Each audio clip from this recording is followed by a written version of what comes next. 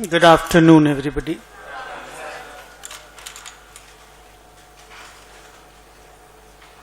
मेरा चश्मा का पावर चेंज हुआ है, सब कुछ नजदीक नजदीक लग रहा है एकदम। तो ठीक है, क्या पढ़ रहे थे बच्चों हम लोग? कल ही तो पहला क्लास था ना। ओके ओके, ठीक है। कॉपी निकालिए।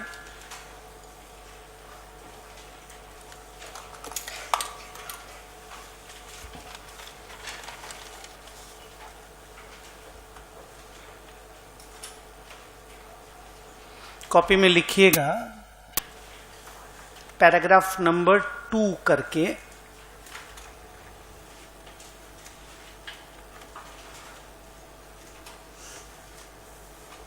लिखिए types of events, types of events.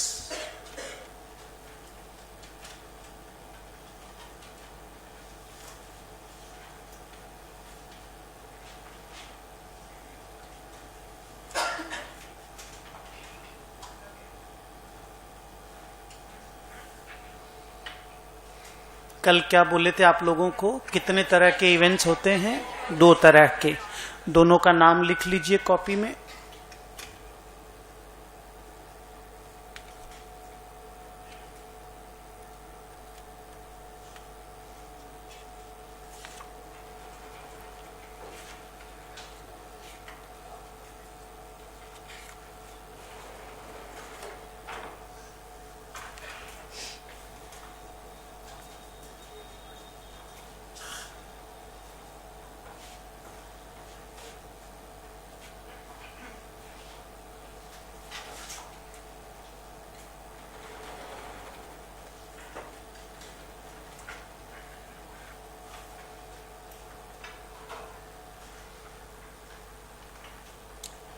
Adjusting events और नॉन एडजस्टिंग इवेंट्स, ये क्लास है समझो। मतलब कोई भी इवेंट जो occurring after the balance sheet date होगा, before the signing off the balance sheet, लेकिन ईयर एंड के बाद अगर होगा, माने somewhere in the month of April, मई और जून में अगर कोई इवेंट होते हैं तो हम लोग उनको event occurring after the balance sheet date बोलते हैं। वो 2 तरह के होते हैं, या तो वो एडजस्टिंग होंगे या वो नॉन एडजस्टिंग होंगे। एडजस्टिंग होने से क्या करना है, नॉन एडजस्टिंग होने से क्या करना है, अभी उसका बात होना बाकी है।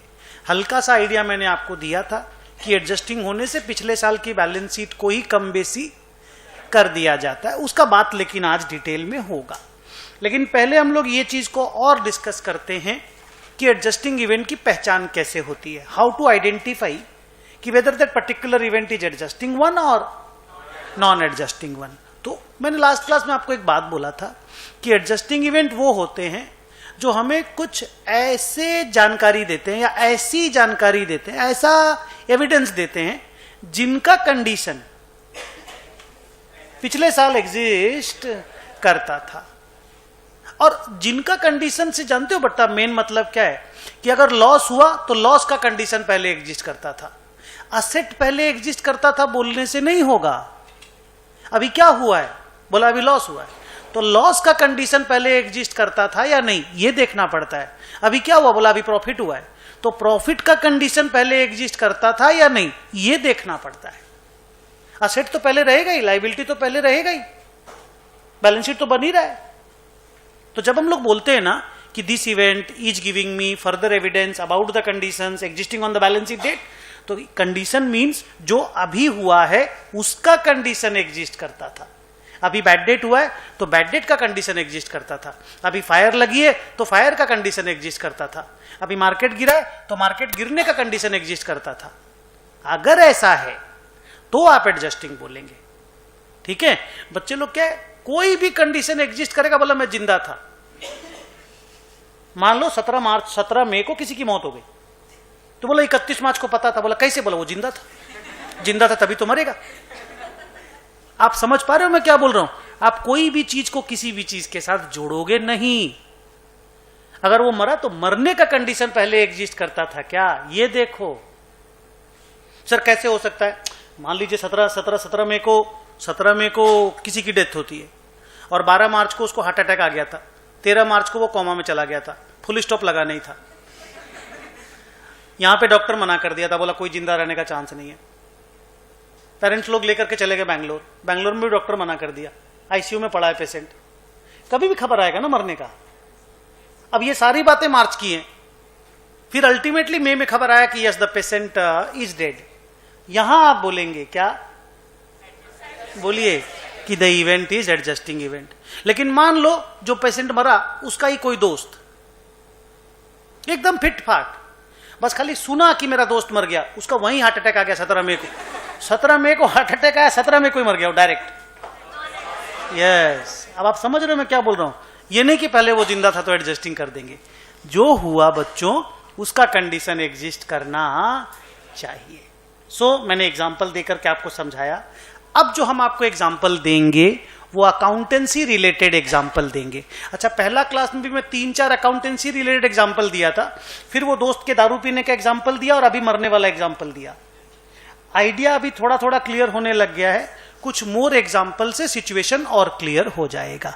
बट बिफोर दैट इसका नोट लिखना है, कॉपी में लिखो paragraph number 3।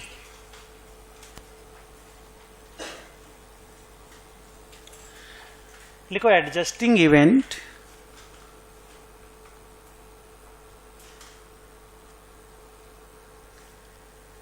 provides an evidence to the conditions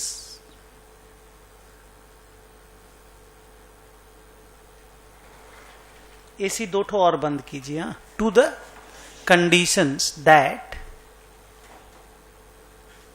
existed। बच्चों आप लोगों को अगर इन द प्रीवियस ईयर लिखना है तो इन द प्रीवियस ईयर लिख दो, at the balance sheet date लिखना है तो at the balance sheet date लिख दो। एस की लैंग्वेज में at the balance sheet date लिखा हुआ है, ठीक है, दोनों का मीनिंग सेम है, that existed at the balance sheet date.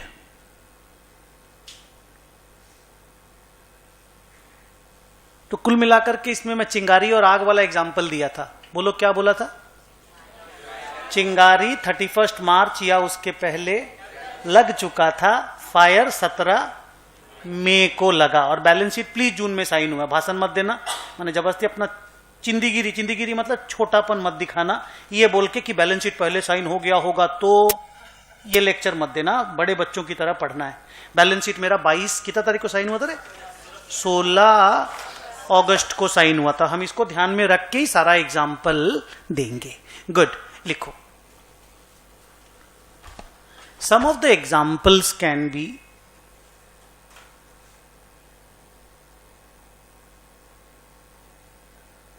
नीचे में लिखो A, पॉइंट नंबर A करके, discovery of fraud and error.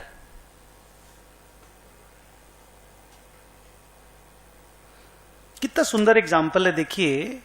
Error वाली बात, फ्रॉड वाली तो कल बोला था, एरर वाली एक तो बात बोलता हूं। और खुद को ना अंदर से खुद बोलना चाहिए तेरा मन कि हाँ एकदम ठीक बोल रहा है इंस्टीट्यूट, ये तेरा मन बोलना चाहिए। माने you should be very much comfortable with the idea given by the ICAI। Okay, जैसे मान लो तू एक कंपनी का फाइनेंशियल स्टेट, तेरी कंपनी है, you are the management of that entity.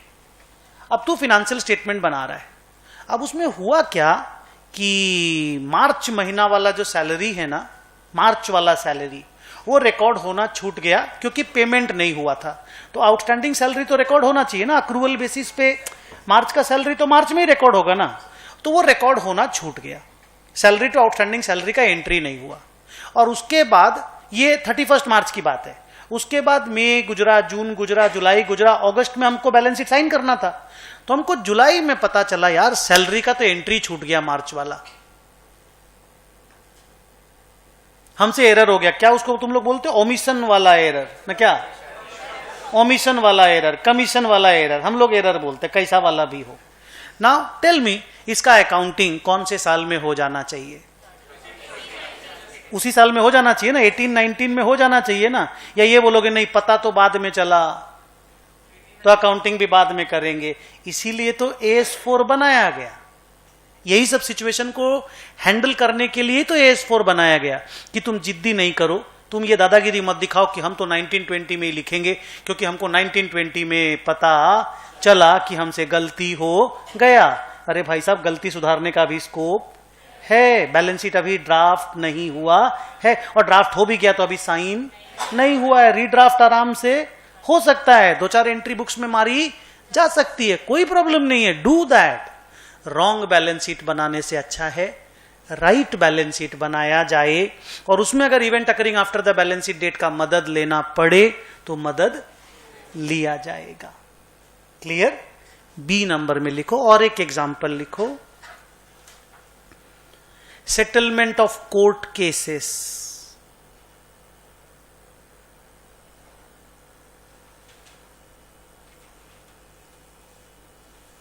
उसके नीचे समझ में तो आई क्या होगा चीज? केस पहले से चलता आ रहा है, सेटलमेंट अभी 22 अप्रैल को हुआ कि हाँ भाई 22 अप्रैल को हम लोगों को सामने वाले को 2 लाख रुपया देना पड़ेगा। तो 22 अप्रैल को कोर्ट का जजमेंट आया, मैं मानता हूं, लेकिन कोर्ट केसेस पहले से चल रहे थे, और लॉस की अकाउंटिंग आपको पिछले साल में कर लेनी चाहिए क्योंकि आपको एविडेंस मिल गया है कि yes you had lost, go and record it ना sir, go and record it. अच्छा, इसमें मैं आपको एक बात बताता हूं, ये जो अकाउंटिंग स्टैंडर्ड है ये सिर्फ लॉसेस के लिए एप्लीकेबल नहीं है, प्रॉफिट्स के लिए भी एप्लीकेबल है। जैसे मैंने अपने जितने भी एग्जांपल दिए वो लॉसेस के थे, लेकिन यहीं पे अगर प्रॉफिट का भी एग्जांपल बनता है तो प्रॉफिट का भी अकाउंटिंग होगा। और आप लोग बच्चों की तरह जिद मत कीजिएगा कि सर प्रॉफिट का एग्जांपल लेंगे तो वो जो प्रूडेंस वाला कॉन्सेप्ट है, कंजर्वेटिज्म वाला, वो वायलेट तो नहीं हो जाएगा ना। वायलेट नहीं होगा तभी तो इंस्टीट्यूट ये रूल बनाया है।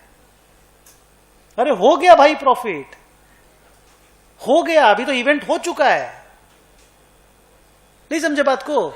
तो 31 मार्च को अगर वो कंडीशन एग्जिस्ट करता था तो इनकम भी लिखा जाता है, खाली लॉस नहीं। नीचे लिखो, receipt of information of bankruptcy of a customer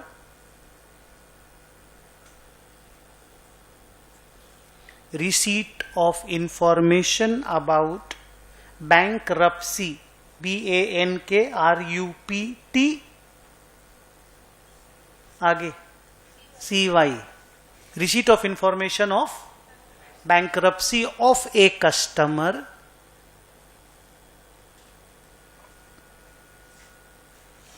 who was already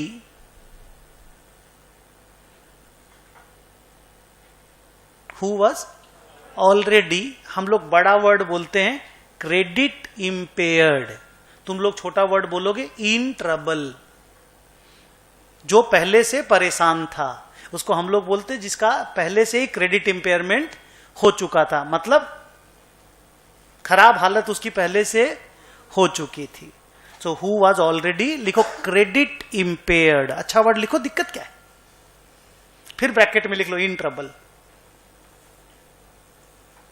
credit impaired लिखा, credit impaired.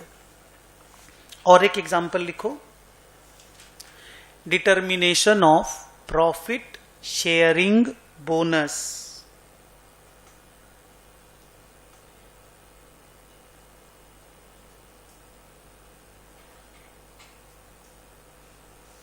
Determination of profit sharing bonus. आइए मैं इसका एक और एग्जांपल, इसका बढ़िया वाला एग्जांपल देता हूं इस चीज का, बाकी चीज भी समझ में आया। इस कुछ के एग्जांपल में पहले दे दिया था लास्ट क्लास में, तो रिपीट नहीं कर रहा हूं। इसका एक नया example I am giving to you.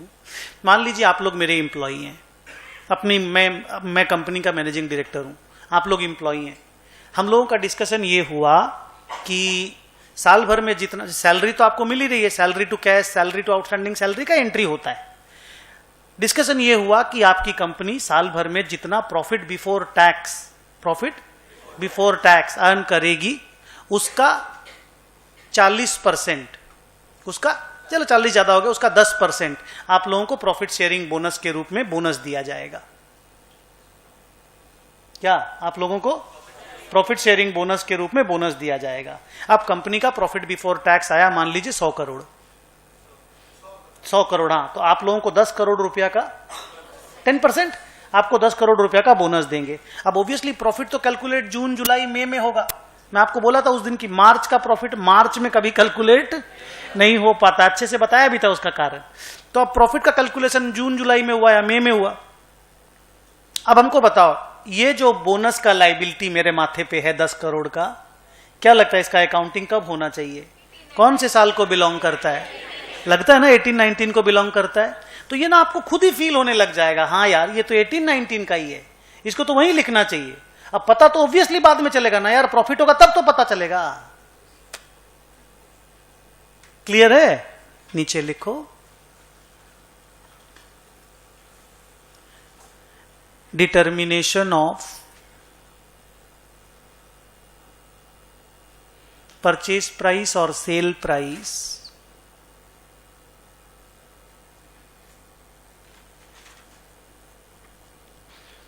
of an asset where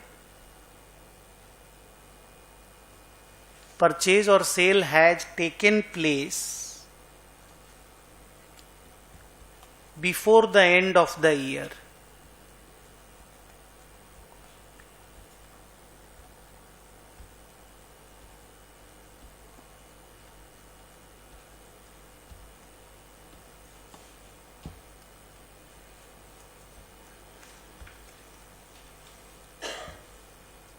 समझ में आया? कई बार क्या होता है ना कि कस्टमर को हम लोग माल दे देते हैं और सेलिंग प्राइस खाली फाइनल नहीं हुआ है, बातचीत चल रहा है और फाइनल नहीं हुआ है। वो सेलिंग प्राइस अगर जून जुलाई में फाइनल हो जाता है, सेल कंप्लीट हो गया है, तो ऑब्वियसली अच्छा कोई अनसर्टेनिटी भी नहीं है, कोई डाउट भी नहीं है, लेकिन बस फाइनल नहीं हुआ, दोनों के बीच में वो फाइनल होना बच गया है। तो ठीक है, फाइनल हुआ, उसके बाद लिख दो सेल में, प्रॉब्लम क्या है। लेकिन हाँ, अगर अनसर्टेनिटी रहता है कलेक्शन को लेकर के, ये चीज हम आपको AS 9 में पढ़ाएंगे। कहां पे? AS 9 में। जैसे अभी तो ये वाला बात आपको बोल दी है, लेकिन मान लो हम किसी को माल दे दिए, बेच दिए, और अनसर्टेनिटी है कलेक्शन को लेकर के, माने जिस दिन बेचे ना, क्या जिस दिन बेचे उसी दिन ही there is an uncertainty about the collection. Collection को लेकर के डाउट है कि ये पैसा आएगा या नहीं आएगा, आएगा या नहीं आएगा, बैड डेट भी हो सकता है, नहीं भी हो सकता है, नहीं समझे? तो उसका अनसर्टेनिटी अगर रहता है ना इस साल में माइंड माय वर्ड, और अनसर्टेनिटी जब तक क्लियर नहीं होता तब तक आपको सेल लिखना अलाउड नहीं है। ये रेवेन्यू रिकॉग्निशन वाला अकाउंटिंग स्टैंडर्ड आप लोगों को कहता है, ठीक है? तो यहां पे क्या अनसर्टेनिटी था? नहीं, यहां पे अनसर्टेनिटी नहीं था, डिटर्मिनेशन नहीं हुआ था। लेकिन यही वाला क्लॉज अनसर्टेनिटी के अंदर अगर घुस गया तो मैं आपको AS 9 में पढ़ाऊंगा, because that is a specific accounting standard dealing with the particular item of income. तो अभी आप कंफ्यूज में, अभी आप टेंशन मत लो, जब वो वाला AS आएगा तब डिस्कस कर लेंगे। नाउ कंक्लूड करता हूं, टेल मी वन लाइन, कौन से इवेंट को एडजस्ट करोगे? प्लीज मत बोलना एडजस्टिंग इवेंट को। कौन से इवेंट को एडजस्ट करोगे? नहीं नहीं, सर्टेनिटी अनसर्टेनिटी वाला बात ही नहीं हो रहा है, इसके बारे में बात करो जो हमें ऐसी चीजों के बारे में जानकारी दे रहा है, प्रूफ दे रहा है, हाँ, जिसका कंडीशन बैलेंस शीट डेट के पहले हमें ऑलरेडी पता था। ठीक है? अच्छा, अब कहने का मतलब एडजस्ट करेंगे का मतलब क्या हुआ? एडजस्ट करने का मतलब ये हुआ, लॉस प्रॉफिट अगर है तो लॉस प्रॉफिट रिकॉर्ड करेंगे। असेट लाइबिलिटी अगर गिर बढ़ रहा है तो हम गिराएंगे बढ़ाएंगे। क्या बोला फिर से? लॉस प्रॉफिट अगर है तो हम रिकॉर्ड करेंगे। अब ऑब्वियसली आप लॉस रिकॉर्ड करोगे तो असेट तो गिरेगा ना बेटा। लॉस जब भी होता है तो असेट ही तो गिरता है ना, या लाइबिलिटी बढ़ता है। तो हम लोग ऐसे बोलेंगे, देखो एक तो सिंपल सा फंडा याद रखो बच्चों, लॉस होगा असेट गिरेगा। सोचिए जरा, खुद सोचो, तुम चल रहा था, तेरा पॉकेट से 500 रुपए गिर गया, दो चीज हुआ, तुमको लॉस भी हुआ और तेरा असेट भी गिरा। बोलिए हाँ या ना? तो आप लोग बोलेंगे ना, loss account debit to cash account, double entry book keeping होती है ना माय सन। तो दो चीज होता है लॉस होने से।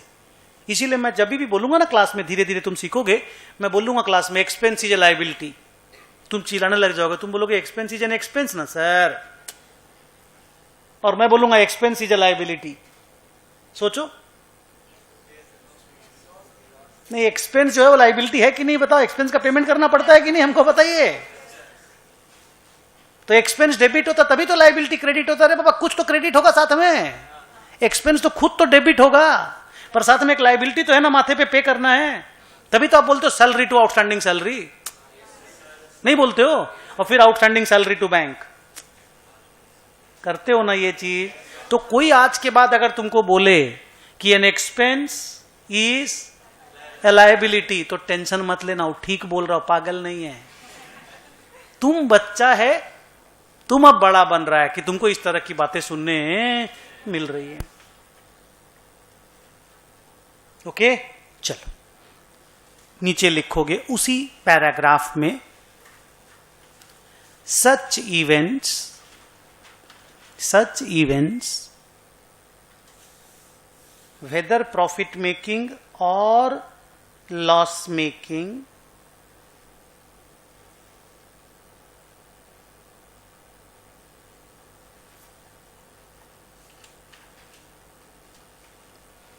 whether profit making or loss making, ये वर्ड को अंडरलाइन करा देना, वेदर प्रॉफिट मेकिंग और loss making.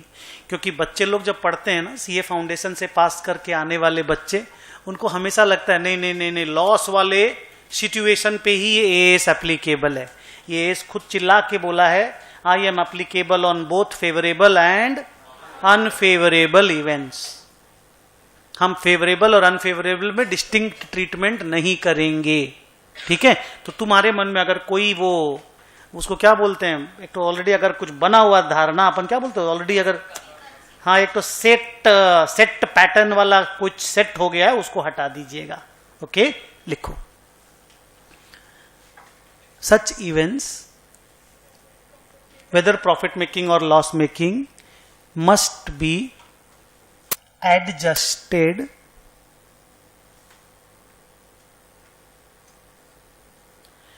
and if any asset oblique liability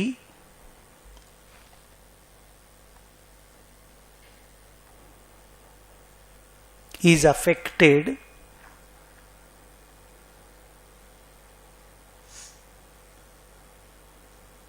then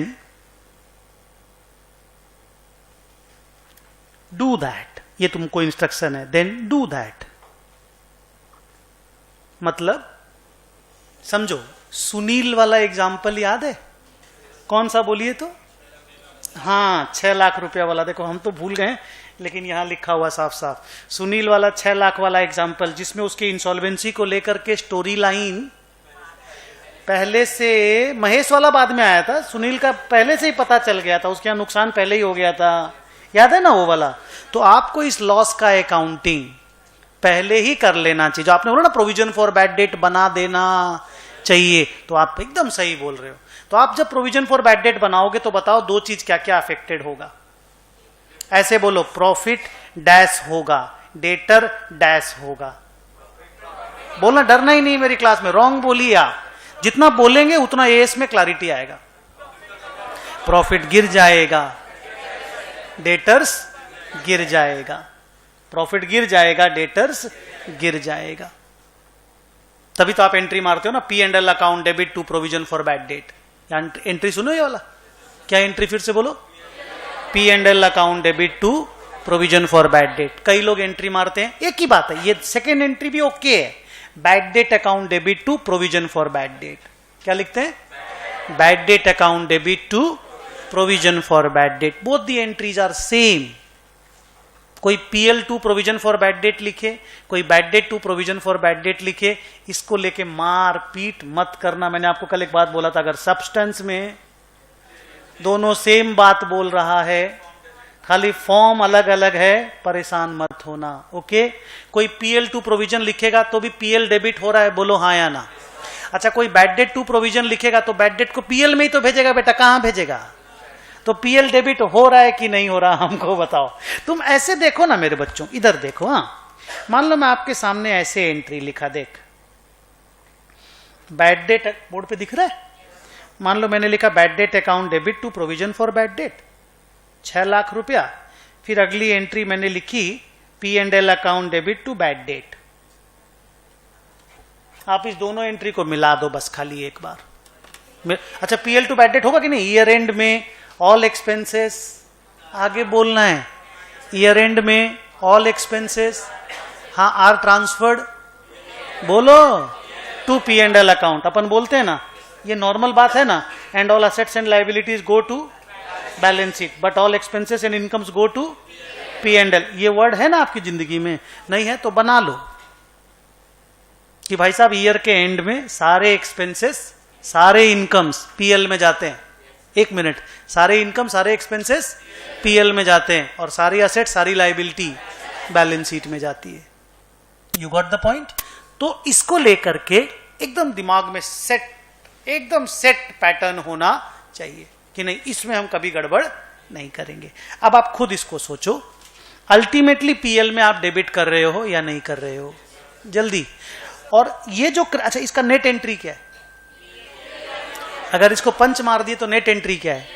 P and L to provision for bad debt, है कि नहीं कंबाइंड? तो हम पहले PL to provision for bad debt ही तो बोले थे, बाद में बोले bad debt to provision for bad debt. Hardly makes a difference, hardly makes a difference. तुम लोग इस एज में 18, 19, 17 साल की एज में इस पे लंबा मारपीट कर लोगे, लेकिन सच पूछो ये मारपीट करने की कोई वजह नहीं है ना। कई सारे बच्चे बेचारे तुम लोगों की एज में, कई सारे बच्चे आते हैं बोलते हैं सर पीएल में आप टू बैड डेट लिख दिए। क्या पीएल में आप टू बैड डेट लिख दिए? बैड डेट तो हुआ ही नहीं, बैड डेट तो बाद में ना हुआ, प्रोविजन ना बनाएंगे, तुम to provision for bad debt लिख दे बाबा, तुम सेकंड वाला कर ले। नहीं समझे? ये तुमको लगता है कि मारामारी का सब्जेक्ट है, ये मारामारी का सब्जेक्ट नहीं है। I am recognising an expense, feel happy my son, feel happy.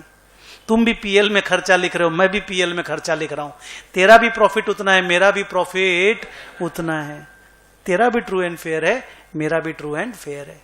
कोई अलग से प्रोविजन फॉर बैड डेट अलग से पीएल में नहीं लिखता, सब बैड डेट के नाम से ही लिखते हैं।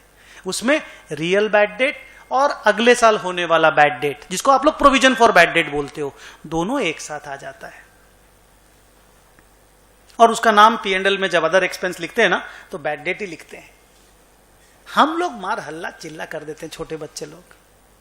बट ठीक है, आपको कभी भी लगे ना कि नहीं सर हम तो आपका इस बात से अग्री नहीं करते, तो तुम कौन सा बात से अग्री करता है? सर हम तो PL debit to provision for bad debt से अग्री करते हैं। हाँ तो तू कर लेना रे बाबा, तेरा ईगो तू सामने रख ले, it's done deal, not a big big thing. अच्छा फिर प्रोविजन फॉर बैड डेट को बैलेंस शीट में कहां दिखाते हो? नो लायबिलिटी साइड, ये हम कभी करने नहीं देंगे, डेटर से लेस करना है। क्योंकि अभी अभी हम लोगों ने बात किया था पीएल भी गिरेगा और डेटर भी गिरेगा, बोले थे ना तुम। सुनील का पीएल माने मेरा पीएल भी गिरेगा सुनील के लॉस की वजह से, और मेरा डेटर का बैलेंस भी गिरेगा।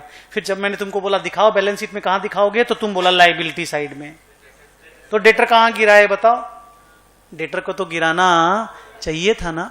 इसीलिए तुम लोगों ने फाउंडेशन में पढ़ा होगा डेटर इनर कॉलम में less provision for bad date, फिर आउटर कॉलम में नेट डेटर जाता था। You remember that?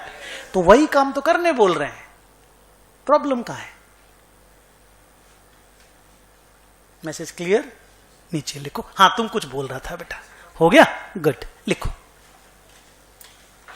एक बार सेंटेंस पढ़ोगे? डू दैट तक लिखा दिए, डू दैट, और वही लास्ट वर्ड है। हाँ तो फुल स्टॉप कर दो। डेफिनेशन भी दे दिए, एग्जाम्पल भी दे दिए, ट्रीटमेंट भी बता दिए। एडजस्टिंग इवेंट होता क्या है ऊपर में लिख दिए, कुछ एग्जाम्पल देकर के डिस्कशन को क्लियर कर दिए, और नीचे में ट्रीटमेंट भी बता दिए। एडजस्टिंग इवेंट का स्टोरी खत्म। एक स्टोरी छोटा सा बाकी है।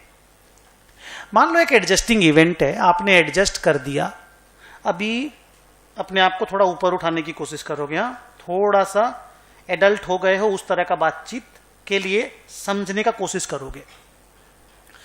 अभी क्या है ना बेटा, एक एडजस्टिंग इवेंट है, तुमने एडजस्ट भी कर दिया, तुमने लॉस को पीएल में डाल भी दिया, तुमने असेट को गिरा भी दिया, जो तुमको करना था कर दिया तुमने, और तुम उस कंपनी का मैनेजमेंट है, एंड वी पीपल आर, मान लो share holders, there are hundreds and hundreds of share holders of your company, okay, and you are the management of the company. अब तुमको ये लग रहा है कि यार हम कर तो दिए treatment as per accounting standard 4 भी है, सब कुछ राइट भी है, कोई प्रॉब्लम भी नहीं है, एवरीथिंग इज फैंटास्टिक. लेकिन अगर हम अलग से इस इवेंट के बारे में ढंग से लोगों को नहीं बताएंगे ना, तो लोग मेरे P&L को ठीक से नहीं समझ पाएंगे. तो क्या आपको एडिशनल लाइन लिखना चाहिए या जरूरी है? इसके ऊपर एक छोटा सा क्वेश्चन, क्या लगता है आपको, लिखना चाहिए या नहीं लिखना चाहिए? क्यों लिखेंगे आप तो ट्रीटमेंट कर दी. अच्छा पहले मैं आपको बता रहा हूं, आप करेक्ट हैं, आप करेक्ट, आप हिलिएगा मत अपनी जगह से, डट के खड़ा रहिएगा. क्यों? हम तो ट्रीटमेंट कर दिए, PL में डाल दिए, फिर काची का डिस्क्लोजर. अरे सर आप बोले थे ना 4 ठो क्वालिटी होती है. क्या 4 ठो क्वालिटी होती है?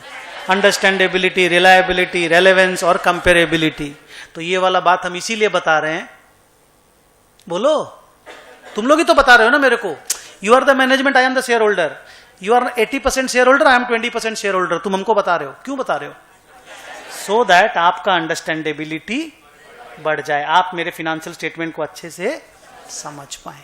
तो ना ऐसा नहीं होता है कि एडजस्टिंग इवेंट को एडजस्ट कर दिया तो बस सब कुछ हो गया. अगर आपको लगता है उसके बारे में कुछ बात बतानी चाहिए तो कोई आपको रोकेगा नहीं, जरूर बताइए.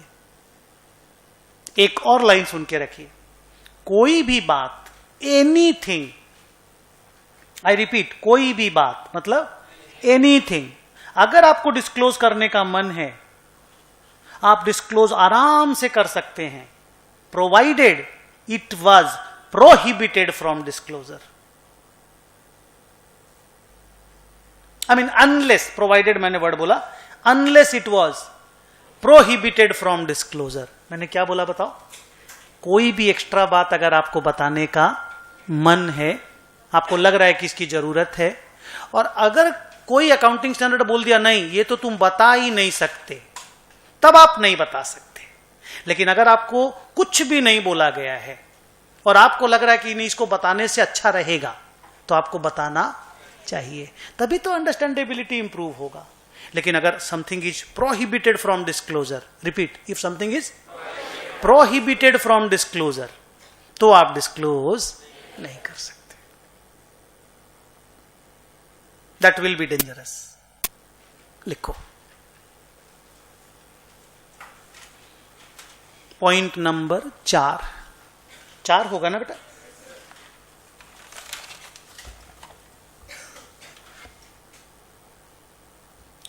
लिखो, a non adjusting event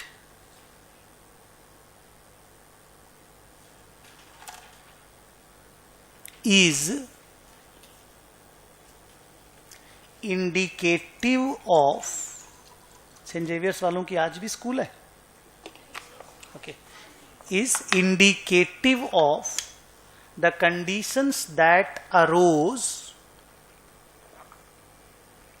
A non-adjusting event is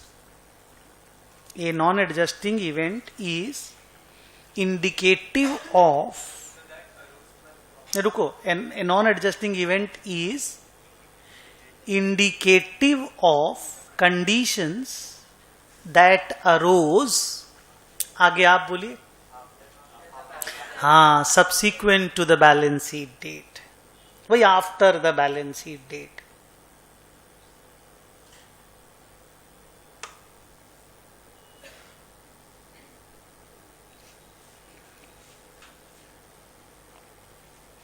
लिखो, some of the examples are,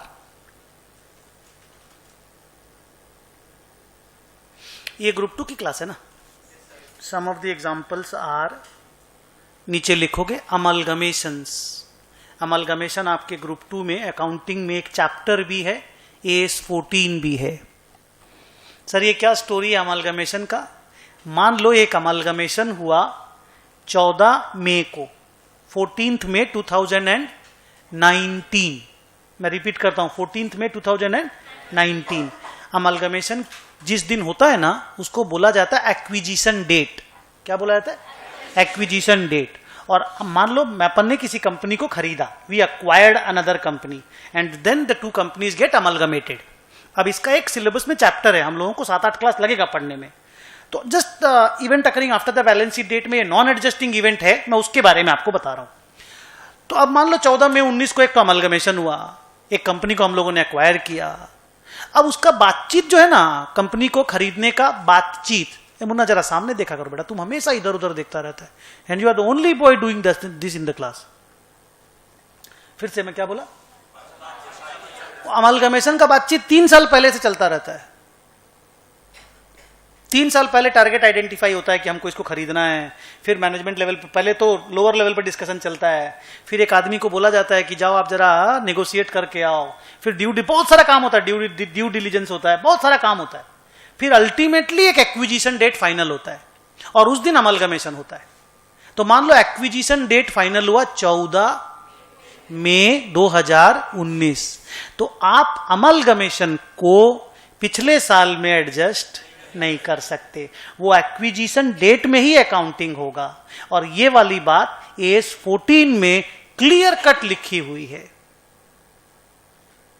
did you get the point? तो स्पेसिफिकली अकाउंटिंग स्टैंडर्ड 14 में लिखा हुआ है और यही वाला बात AS 4 में भी लिख दिया गया। नीचे लिखो, अरे 2200, 2300, 2500 करोड़ रुपए का पेमेंट होगा, कोई चाय पीने वाला चीज थोड़ी है कि नहीं पसंद आया तो फेंक दिया। 6 रुपए का नुकसान हो गया, 8 रुपए का नुकसान हो गया, 2200 करोड़ रुपए पेमेंट होगा। ढंग से ड्यू डिलीजेंस नहीं करेंगे, ढंग से चेक नहीं करेंगे। एक कंपनी खरीद रहे हैं, केला थोड़ी भाई साहब, बिजनेस खरीद रहे हैं, फैक्ट्री है, प्लांट है, मशीन है, नोहाव है, लाइसेंस है, असेट है, लाइबिलिटी है। सुनिए प्लीज, ग्रेचुइटी है, इंप्लॉइज हैं, प्रोसेस है, फैक्ट्रीज हैं, कहां पे क्या लाइबिलिटी होगा, साला किस तरह का चार्ज होगा, कहां पे लोन लेके रखा होगा, नहीं समझ रहे हो? नहीं करना पड़ेगा ड्यू डिलीजेंस, चेक नहीं करें, बिना उसके ले लें। कपड़ा खरीदते तो साला 20 जगह देखते हो, बोलिए हाँ है ना? एक तो कपड़ा खरीदते हैं तो 20 जगह हम लोग चेक करते हैं। 560 रुपए का कपड़ा, यहां 2200 करोड़ का पेमेंट करेंगे। It requires huge amount of due diligence. और जो ड्यू डिलीजेंस करता, ड्यू डिलीजेंस माने चेकिंग, इंक्वायरी। भाई पब्लिक के सामने नजर में वो वेंडर कंपनी जो अपना बिजनेस मेरे को बेच रहा है बहुत बढ़िया है, अंदर में जाके देखने तो दो। DHFL भी तो बहुत बढ़िया लगता था, दीवान हाउसिंग फाइनेंस लिमिटेड बहुत बढ़िया लगता था, श्रेय इंफ्रास्ट्रक्चर भी तो बहुत बढ़िया लगता था। 100 रुपए का शेयर 10 रुपया आ गया, नहीं समझे अभी भी? DHFL 600 रुपया का 40 रुपया आ गया। इंक्वायरी तो करने दो रे, वो तब ना पता चलेगा। टाइम लगता है, और ये टाइम लगता है का स्टोरी ना मेरे बच्चों, हम आपको अमलगमेशन का जब पूरा चैप्टर पढ़ाएंगे उस वक्त आप देखेंगे। तो इसके ऊपर अभी मेरा बातचीत इतना ही रहेगा। नीचे लिखो, ग्रेचुइटी हुआ। अब जैसे इंप्लॉई लोग हैं, मान लो हम कोई वेंडर को अक्वायर कर रहे हैं तो उसके ग्रेचुइटी है, उसके इंप्लॉई हैं, तो उसके इंप्लॉई लोगों को तो ग्रेचुइटी देना पड़ता है ना, रिटायरमेंट ग्रेचुइटी। रिटायरमेंट के वक्त एक लमसम पेमेंट होता है इंप्लॉई लोगों को, तो वो तो मुझे देना पड़ेगा ना जी, मैं उसके इंप्लॉई को भी तो लूंगा ना साथ में। अब इतनी बड़ी फैक्ट्री लूंगा, फैक्ट्री हैदराबाद में, तो इंप्लॉई सबको निकाल दूं क्या? फिर यहां कलकत्ता से भेजू क्या इंप्लॉई? जल्दी बोलिए, तो उनके इंप्लॉई तो मेरे को रखने पड़ेंगे ना। तो साथ में ग्रेचुइटी का लाइबिलिटी है, पेंशन का लाइबिलिटी है, प्रोविडेंट फंड का सब तो चेक करना पड़ेगा जी। अचानक देखोगे साला 2200 करोड़ मिली है, 4500 करोड़ का लाइबिलिटी आ गया, 600 करोड़ का एसेट आया, तो फंस जाएंगे ना जी अपने। तो बहुत बहुत सारी बातें होती हैं, आप अमलगमेशन अकाउंटिंग में इंटर में सीखोगे, और फिर अमलगमेशन का सेम अमलगमेशन अकाउंटिंग फाइनल में भी है। फाइनल में आप इंड एएस के थ्रू से सीखोगे, अभी आप एग्जिस्टिंग एएस के थ्रू से सीखोगे।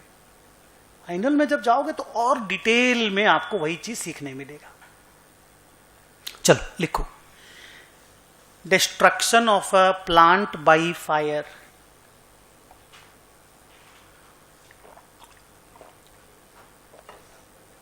हाँ, एग्जाम्पल ही तो लिखा रहा हूं ना। Some of the examples are amalgamations, destruction of a plant by fire. अच्छा, अब इसका ये वाला एग्जाम्पल देखो, अमलगमेशन तो दे दिए, ये एग्जाम्पल सुनो। मान लीजिए अपना बिजनेस 16 अगस्त को बैलेंस शीट साइन हो रहा है। अब 17 जून 2019 को 17 जून 2019 को अपने गोडाउन में जिसमें चावल ओवल स्टॉक में था उसमें फायर लग गया और अपने को 20 लाख रुपए का नुकसान हो गया। सोचिए, ये इवेंट पिछले साल 18-19 के पीएल में लिखना चाहिए या 19-20 के पीएल में लिखना चाहिए?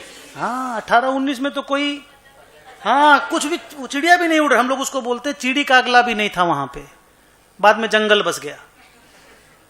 तो 18-19 में तो देयर वाज नो, हाँ, even information, nothing was there. और एक एग्जांपल लिखो,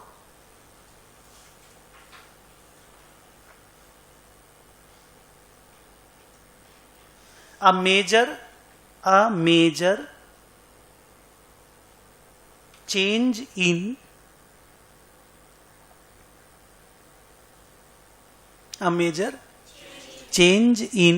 tax laws।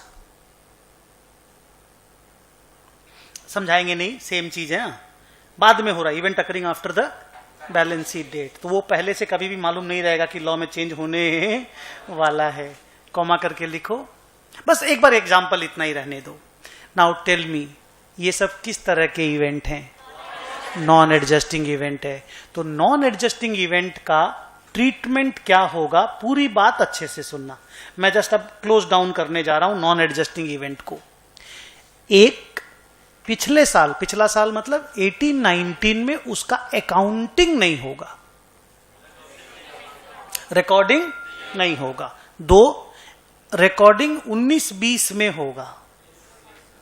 3, 18-19 का डायरेक्टर्स रिपोर्ट, क्या बोला?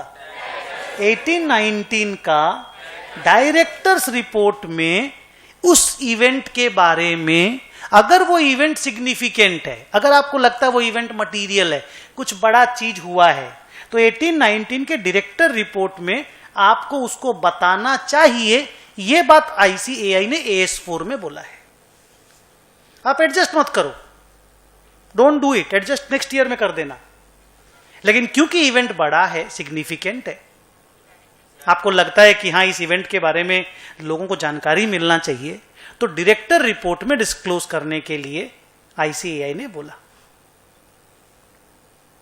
से ओके, इंड एस पढ़ोगे ना, इंड एस 10 है इसका, अभी खाली सुन के रख लो, प्रेशर मत लेना। वो लोग बोलता है नोट्स में डिस्क्लोज करो। कहां पे? नोट्स ऑन अकाउंट, जो चौथा वाला फाइनेंशियल स्टेटमेंट नहीं है क्या, वहां पे डिस्क्लोज करो।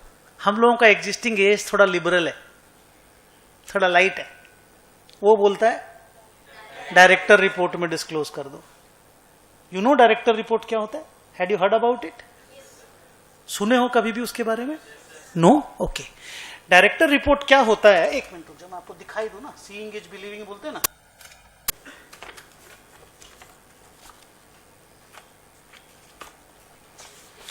पढ़ने मत लग जाना, पढ़ने का मन होगा तो फोटो खींच के ले जाना बाद में।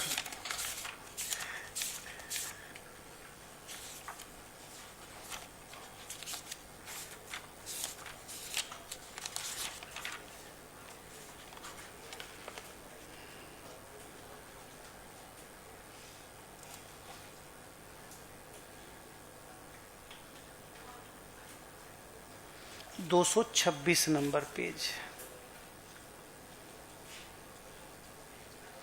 ये देखिए,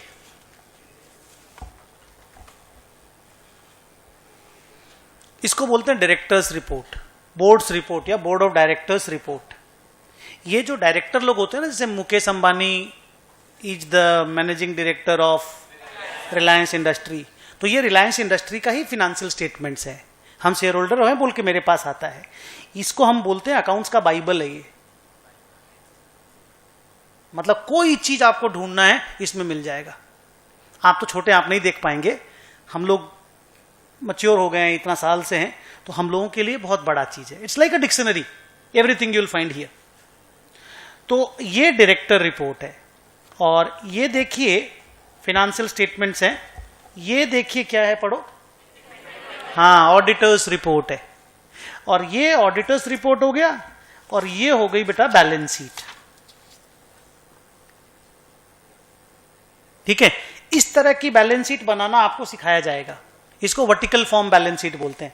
अभी आप लोग कुछ दिन टी शेप में बनाएंगे, उसके बाद आपको वर्टिकल फॉर्म बैलेंस शीट बनाना सिखाया जाएगा। ये हुआ बच्चों जल्दी प्रॉफिट एंड लॉस अकाउंट। बड़े लोग statement of P and L बोलते हैं, प्रॉफिट एंड लॉस अकाउंट नहीं बोलते हैं।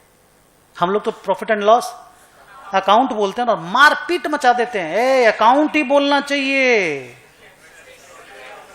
स्टेटमेंट कैसे बोल देगा, वो तो अकाउंट है, उसमें तो 2/2 लिखते हैं हम, उसमें तो लेजर जाके क्लोज होता है। बाप रे बाप, जर्नल मारे थे अभी पीएल टू बैड डेट, याद है? पीएल टू बैड डेट का जर्नल मारे तो पीएल अकाउंट बनेगा, तब ना टू बैड डेट लिखेंगे। समझ रहे हो? ये स्टोरी सबको छोड़ना होगा। ये छोटा बच्चा वाला जो जिद है ना, वो छोड़ना है। ओके, नहीं तो कभी भी सीख नहीं पाओगे, फिर उसके बाद वो जिद्दी में ही रह जाओगे। Got it? तो ये हुआ प्रॉफिट एंड लॉस। उसके बाद ये statement of changes in equity अभी तुम्हारे सिलेबस में नहीं। याद है आप लोगों में से कोई बोल रहा था उस दिन स्टेटमेंट ऑफ, तुम तो statement of changes in equity, ये है वो। क्यों बना रहा रिलायंस? End S. यस, ये वाली इंड एस वाली बैलेंस शीट है।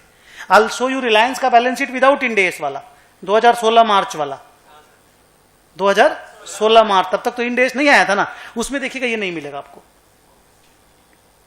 ठीक है, अभी थोड़ी देर के बाद अगर मेरे को दिखेगा हम आपको दिखाएंगे। ठीक है, उसके बाद ये चालू हो गया, देखो बोलो क्या, कैश फ्लो स्टेटमेंट। और उसके बाद चालू हो गया देखो क्या, नोट्स। और ये फिर बस नोट्स चलते गया नोट्स।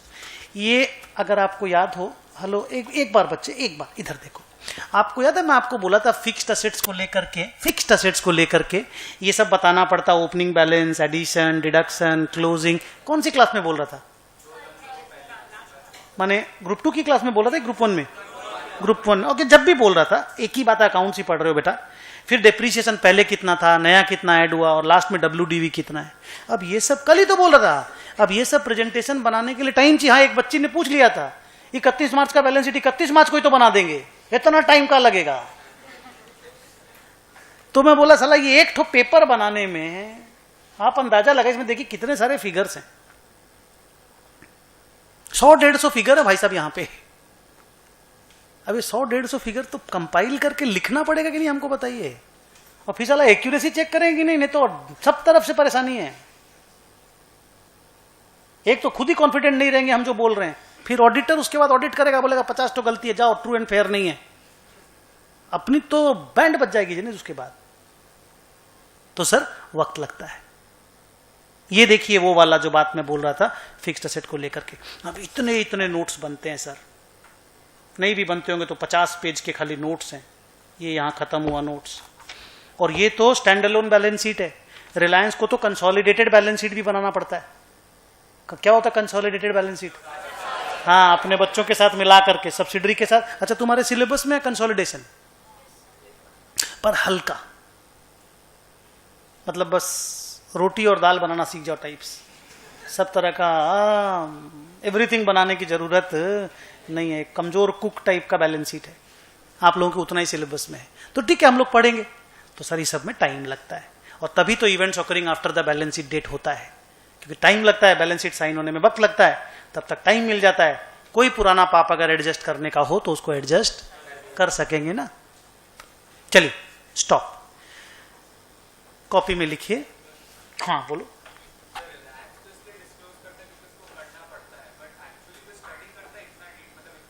नहीं, अब ये मतलब इसको मैं कैसे बताऊं तुमको, जिसको जिस तरह से जरूरत होता है ना बेटा, वो उस तरह से स्टडी करता है।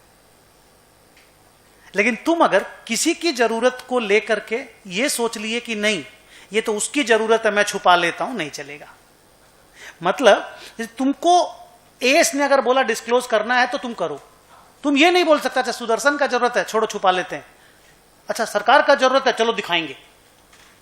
ये तुम नहीं कर सकते। रिलायंस कैन नॉट डिसाइड कि this I will disclose, this I will not. If AS says it should be disclosed, then go and disclose it. Now, कौन पढ़ता है कौन नहीं पढ़ता है, अब ये वही एग्जाम वाला बात। सर इतना बड़ा बुक होता सब पढ़ के जाता है। अब इसका मैं क्या जवाब दूं बता। जिसको जिस तरह का इंटरेस्ट हो, जिस तरह का मार्क्स लाने का मन हो, उस तरह से लोग अपने अपने हिसाब से पढ़ते हैं। कुछ लोग खाली इंपॉर्टेंट पढ़ के जाते हैं, कुछ लोग वो लखोटिया ना बलोटिया ना क्या रे भलोटिया पढ़ के जाते हैं। लिखिए, ठीक बोले ना। हम यहां से बीकॉम करने वाले नहीं, हम बीकॉम बाहर से करके आए थे। हायर सेकेंडरी साइंस से था, फिर ग्रेजुएशन में कॉमर्स किया, उसके बाद सीए में आए। पर मैं यहाँ सुना हूं बहुत भलोटिया के बारे में, बहुत सारे बच्चे भलोटिया भलोटिया करते रहते हैं। चलिए लिखिए आप लोग, सच events can not be adjusted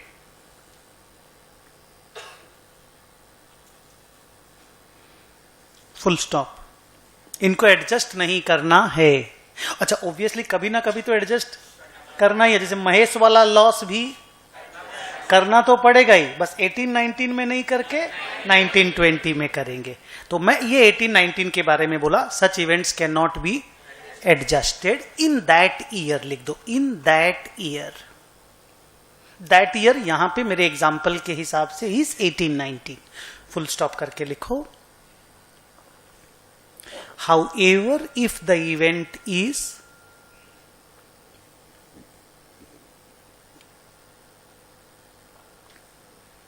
क्या बोलिए? नहीं, इसके बाद क्या बोले थे? सिग्निफिकेंट, ऑब्लिक करके मटीरियल भी लिख देना।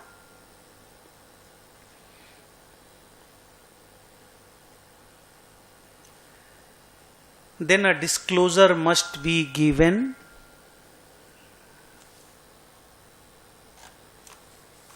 कहां पे? इन the directors report.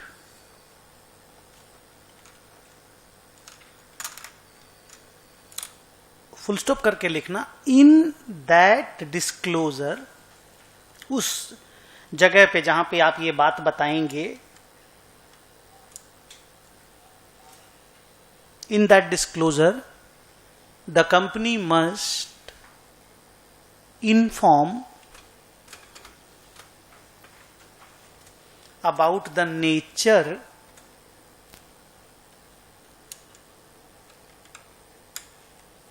of the event. In that disclosure the company must inform about the, क्या लिखे बेटा? नेचर ऑफ द इवेंट, मतलब क्या हुआ था ये बताओ। क्योंकि 15 जून को कुछ तो हुआ ही है, तभी तो आप event occurring after the balance sheet date बोल रहे हो। इवेंट तो कुछ तो हुआ है, तो जो हुआ है वो बताओ। And its financial implications.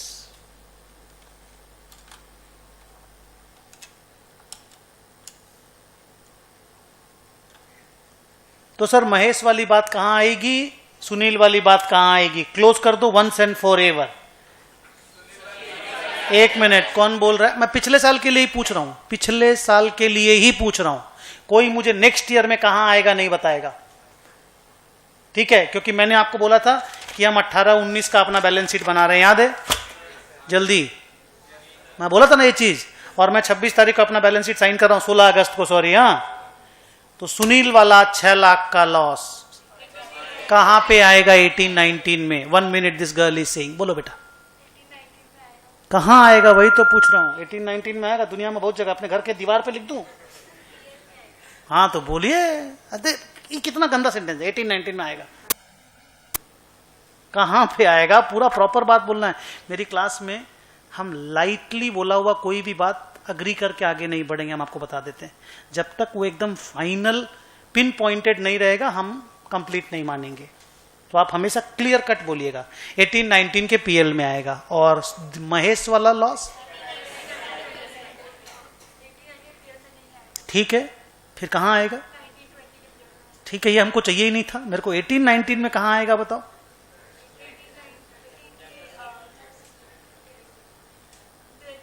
हाँ, वो आप समझे नहीं। बाकी बच्चे बोले तो सुन के बोल दिया आप।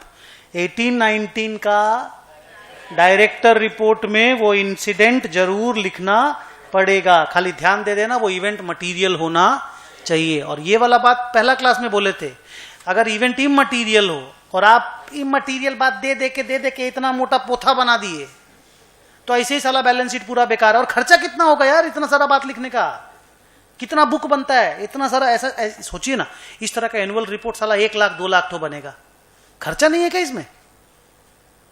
अब इसको तुम इतना मोटा बना करके भेजोगे, इट्स ए नॉनसेंस। मटीरियल बात छुपना नहीं चाहिए, इमटेरियल बात को भरने की कोई जरूरत नहीं है। क्लियर? आगे लिखो स्पेशल, नया चीज। हाँ, ये बात हम लोग पहले नहीं पढ़े हुए हैं, मेरा लास्ट क्लास में भी नहीं, आप लोग अपने पास्ट टेंस में भी नहीं।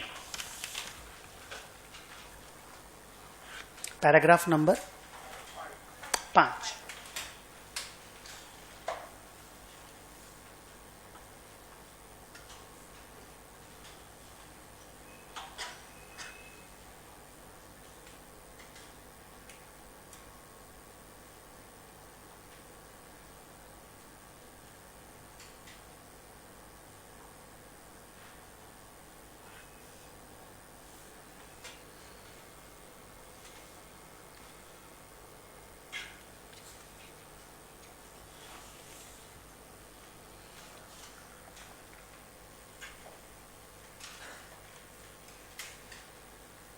क्या लिखें? Special treatment of proposed dividends. Rather proposed बोल करके वर्ड ही ऑलमोस्ट अबॉलिश हो गया है, अब खाली डिविडेंड ही बोला जाता है। क्या होता है dividend? If you know speak up, if you don't know no problem, मेरा जिम्मेदारी है। क्या होता है डिविडेंड? 1 मिनट, बोलो। मतलब कंपनी प्रॉफिट कमाता है और उसके बाद उस प्रॉफिट को शेयर होल्डरों के साथ बांट लेता है। मतलब डिस्ट्रीब्यूशन ऑफ प्रॉफिट अमॉन्ग या to shareholders is called dividend. एकदम सिंपल, मानते हो ये डेफिनेशन करेक्ट है आप लोग? Good. Dividend is nothing but distribution of profit by a company to its shareholder. Simple definition यही है। हम चाहेंगे कॉपी में लिख लो, फिर हम लोग आगे बात करते हैं। स्टार लगा के लिखो।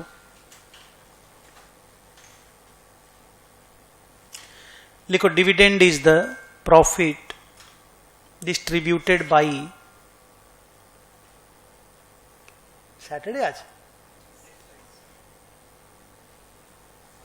मैन सिटी का मैच है, आज पूछ रहा हूं।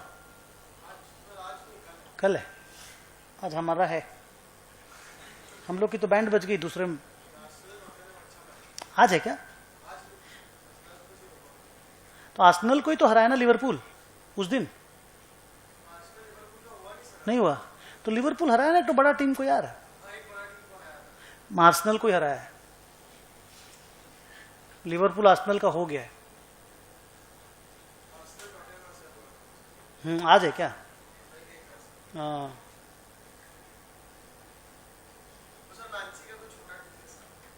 मैनसी बेटा बहुत पावरफुल खेलता है भाई, बहुत पावरफुल खेलता है। कोई टाइम पे मैन यूनाइटेड जैसा खेलता था ना, अभी मैन सिटी वैसा ही खेलता है। मैन यू खत्म हो गया, हम लोग का दिन खत्म। हम तो लिवरपूल को शिफ्ट हो गए, अपना एलिजियन सपोर्ट जो है लिवरपूल की तरफ शिफ्ट करते। कोई तो साला मैन सिटी को हराए। हाँ, चैंपियंस लीग में भी तो हराया था ना। चैंपियंस लीग टोटनहम हराया था, शायद टोटनहम हराया था। टोटनहम मैन सिटी को हराया था। हाँ, चलो चलो, क्या लिखे बच्चों? Special treatment of dividend. हाँ, अच्छा तुम लोग क्या लिखा? Dividend is the profit distributed by a company to its share holders.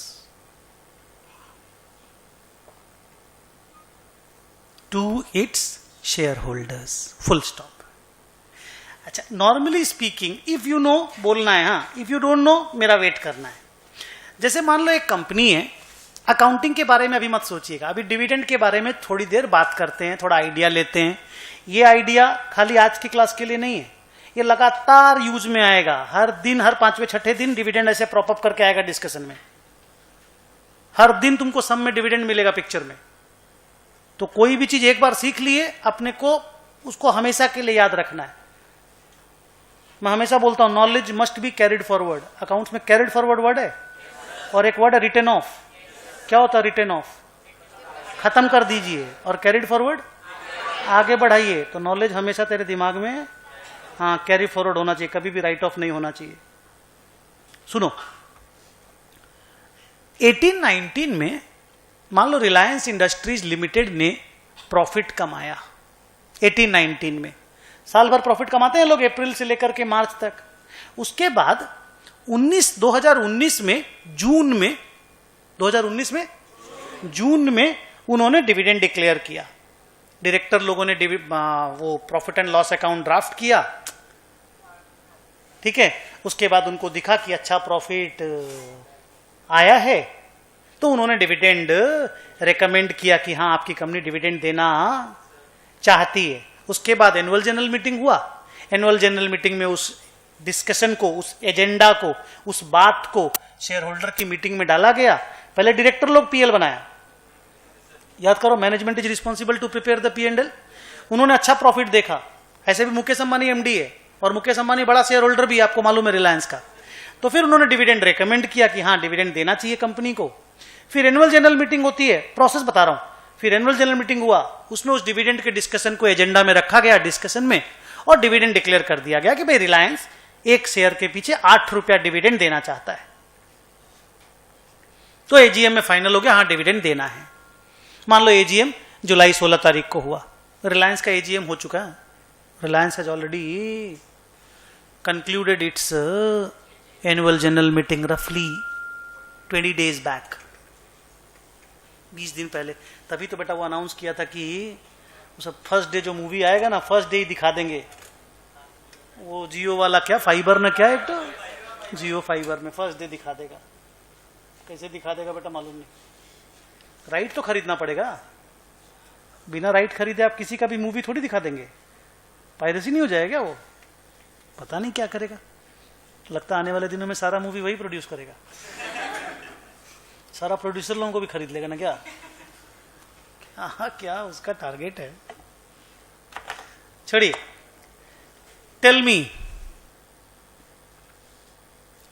18-19 में रिलायंस ने मान लीजिए 15,000 करोड़ रुपया का प्रॉफिट कमाया 18-19 फाइनेंशियल ईयर में। जून में, कब? जून में 26 तारीख को उसने बोला हम 3,000 करोड़ रुपया डिविडेंड देना चाहते हैं। और 8 जुलाई में एनुअल जनरल मीटिंग में वो डिविडेंड अप्रूव भी हो गया। डायरेक्टर लोग रेकमेंड करता है, that is first step. Annual general meeting में वो डिविडेंड एजेंडा में फाइनल हो जाता है कि यस वी डिक्लेयर। जुलाई में वो अप्रूव भी हो गया, फाइनल भी हो गया। कब डिविडेंड का अकाउंटिंग होना चाहिए, क्या अकाउंटिंग होगा वो हम बताएंगे। आपको क्या लगता है? Make a guess, let it be wrong. कब डिविडेंड का अकाउंटिंग होना चाहिए आपकी नजर में? ये 3,000 करोड़ रुपया का लाइबिलिटी कंपनी को अपने बुक्स में कब लिखना चाहिए? गेस करना है बच्चों, मेक अ गेस। अच्छा कितने बच्चे बोल रहे? ये गेस है, उस पर ईगो पे मत ले लीजिएगा। गेस है आप लोगों का। हम बताएंगे कि ट्रीटमेंट आज के दिन क्या प्रिवेल करता है। ओके, बोलिए कितने लोगों को लगता है सर पिछला साल में लिख देना चाहिए 18-19 में? नीचे कितने लोगों को लगता है नहीं सर 19-20 में लिखना चाहिए? 4 साल पहले अगर आप क्लास कर रहे होते तो पहले जो बच्चे हाथ उठाए थे वो करेक्ट थे। आज के दिन जो बाद में हाथ उठाए वो करेक्ट है। मतलब 1920 is the correct answer on today. 4 years back 1819 में ही लिखा जाता था हिंदुस्तान में। वर्ल्ड वाइड 1920 में ही लिखा जाता था 4 years बैक भी वर्ल्ड में, पर इंडिया वाले लोग 1819 में लिख देते थे। अब इंडिया वालों ने भी चेंज कर दिया है। एंड आज के दिन रूल ये है कि जो भी डिविडेंड ईयर एंड के बाद डिक्लेयर होता है, क्या बोला फिर से? जो भी डिविडेंड ईयर एंड के बाद डिक्लेयर होता है वो उसी साल में लिखा जाता है जिस साल में डिक्लेयर होता है। उस साल में नहीं लिखा जाता जिस साल का प्रॉफिट डिक्लेयर होता है। वर्ड्स नहीं सुने, लास्ट में क्या बोले? उस साल में नहीं लिखा जाता जिस साल का प्रॉफिट डिक्लेयर हो रहा है, उस साल में लिखा जाता है जिस साल में डिविडेंड डिक्लेयर हो रहा है। और ये रूल चेंज होने के बाद आज ये नया रूल है। मतलब कुल मिला के इसको अगर प्लेन टेक्स्ट में बोले ना बेटा, तो ऐसे बोल सकते हो कि पहले ये एडजस्टिंग इवेंट हुआ करता था, आज ये नॉन एडजस्टिंग इवेंट हो गया है। चलेगा ये वाला लाइन? ये लाइन को कॉम्प्रिहेंड माने पकड़ पाए? इस तरह से बोला वाला लाइन को लिखो। सेकंड वाला स्टार लिख के लिखो।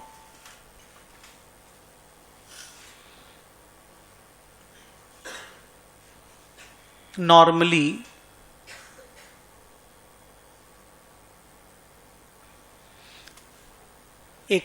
when a company earns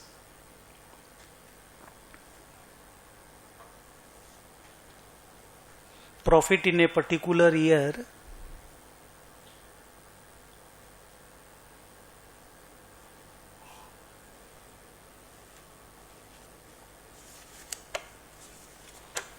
क्या normally when a company earns profit in a particular year, comma करके लिखिए, से 1819,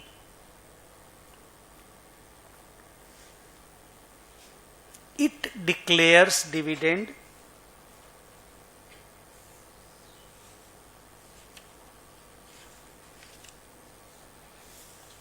बोलिए कब? It declares dividend in the next year.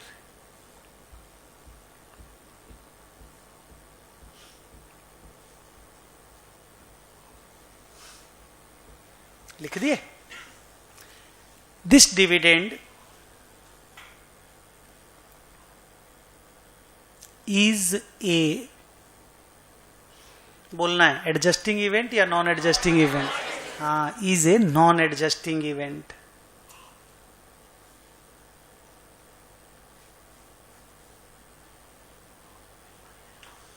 Full stop. Hence its accounting takes place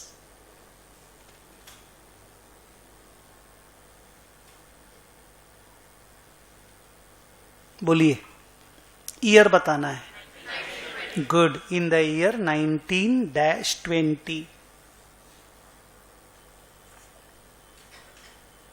अच्छा, अब एक और छोटा सा बात इंपॉर्टेंट है, लेकिन कि यही डिविडेंड सिग्निफिकेंट बात माना जाता है। This is a material information. ये छोटी बात डिविडेंड नहीं होती। अगर कोई कंपनी डिविडेंड दे रही है तो ये बड़ा बात माना जाता है। तो एक नॉन एडजस्टिंग इवेंट ही हो भले, लेकिन अगर वो सिग्निफिकेंट है तो डायरेक्टर रिपोर्ट में कम से कम आना चाहिए। इंस्टीट्यूट इसमें थोड़ा स्लाइट चेंज किया है। इंस्टीट्यूट ने बोला इसको नोट्स ऑन अकाउंट्स में डिस्क्लोज करो। डायरेक्टर रिपोर्ट में नहीं, नोट्स ऑन अकाउंट्स में, मतलब फिनेंशियल स्टेटमेंट में इसका डिस्क्लोजर कीजिए। डायरेक्टर रिपोर्ट तो डायरेक्टर लोगों का अपना पर्सनल रिपोर्ट है ना, इसको नोट्स में डिस्क्लोज कीजिए। ये स्पेशल ट्रीटमेंट है डिविडेंड को लेकर के, कि डिविडेंड नॉन एडजस्टिंग इवेंट होते हुए भी, रिपीट, नॉन एडजस्टिंग इवेंट तो है, पहले एडजस्टिंग था, आज नॉन एडजस्टिंग है। ये भी एक तो बड़ा बात है ना जी, पहले कोई चीज कुछ था, आज देखो ट्रीटमेंट चेंज हो गया। प्लस इसको डायरेक्टर रिपोर्ट में नहीं, नोट्स में डिस्क्लोज करना पड़ता है। लिखो, however dividends are disclosed.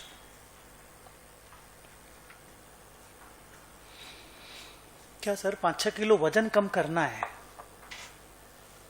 हो पाएगा?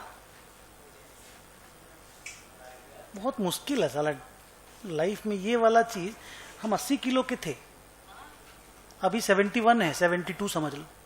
हम 8 किलो वजन कम किए 3 महीना में, फिर नहीं कम कर पा रहे।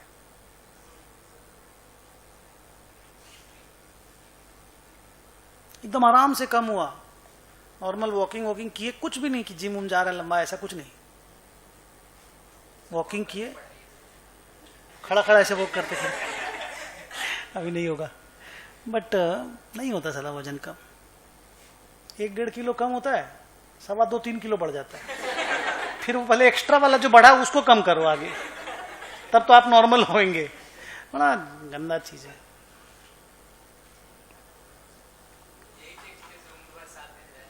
हाँ यार, लेकिन वजन ज्यादा ठीक नहीं। हालांकि मैं बहुत मोटा नहीं हूं, लेकिन फिर भी मोटा तो हूं। हाँ खेल सकते हैं यार, लेकिन वो बताया ना तुमको, वो टेनिस एल्बो है, ठीक हो जाएगा।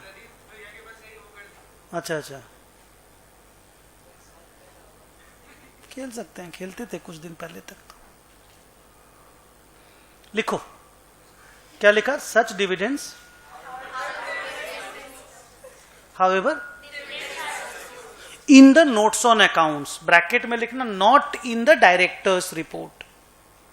नोट्स में डिस्क्लोज करना, अंडरलाइन कर देना बेटा, ये चीज खास बात है ये। Notes on accounts not in the directors report.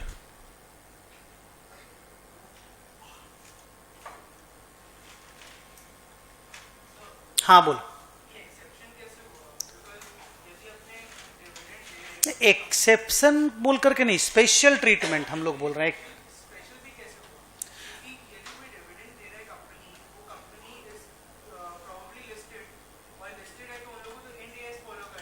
नहीं, तुम ऐसा इंड एस पे मत जा, तू अभी नॉर्मल एस के हिसाब से बात कर। मान लो लिस्टेड नहीं भी है तो भी क्या हुआ, डिविडेंड दे रहा है, अब बोल। नहीं क्यों, 1 मिनट, मान लो इंड एस में तो, अच्छा तुम बोल रहे इंड एस में पहले से ही नोट्स में आता था, वो पहले ही नॉन एडजस्टिंग था, एएस में ऐसा, ठीक है। तुम इसको इस तरह से मत देख, तुम इसको ऐसे देख कि हम तो एएस ही पढ़ रहे हैं, हमारा सिलेबस में एएस ही है। अकाउंटिंग स्टैंडर्ड 4 आज के 4 साल पहले इसी इवेंट को, डिविडेंड नाम के इवेंट को एडजस्टिंग माना करता था। आज के दिन वो भी इसको नॉन एडजस्टिंग मान रहा है, और वर्ल्ड में सभी लोग नॉन एडजस्टिंग मानते थे, तो अपन भी पैरिटी पे आ गए समझ लो एक तरह से, ठीक है। आज के दिन यही सीन है। अब नीचे लिखो कॉपी में, जर्नल एंट्रीज।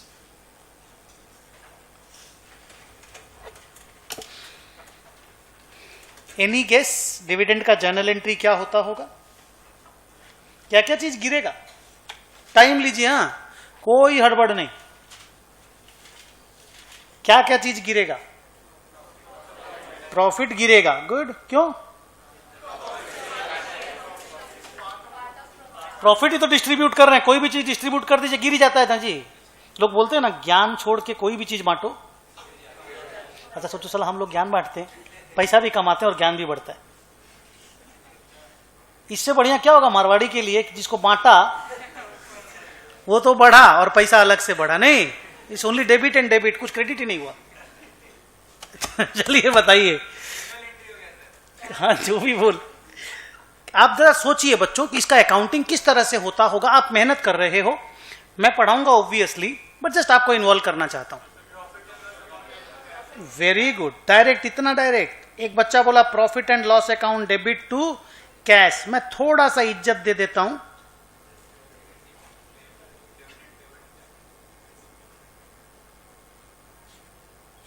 लिखना मत, थोड़ा चेंज करेंगे अभी बेटा, डोंट राइट इट।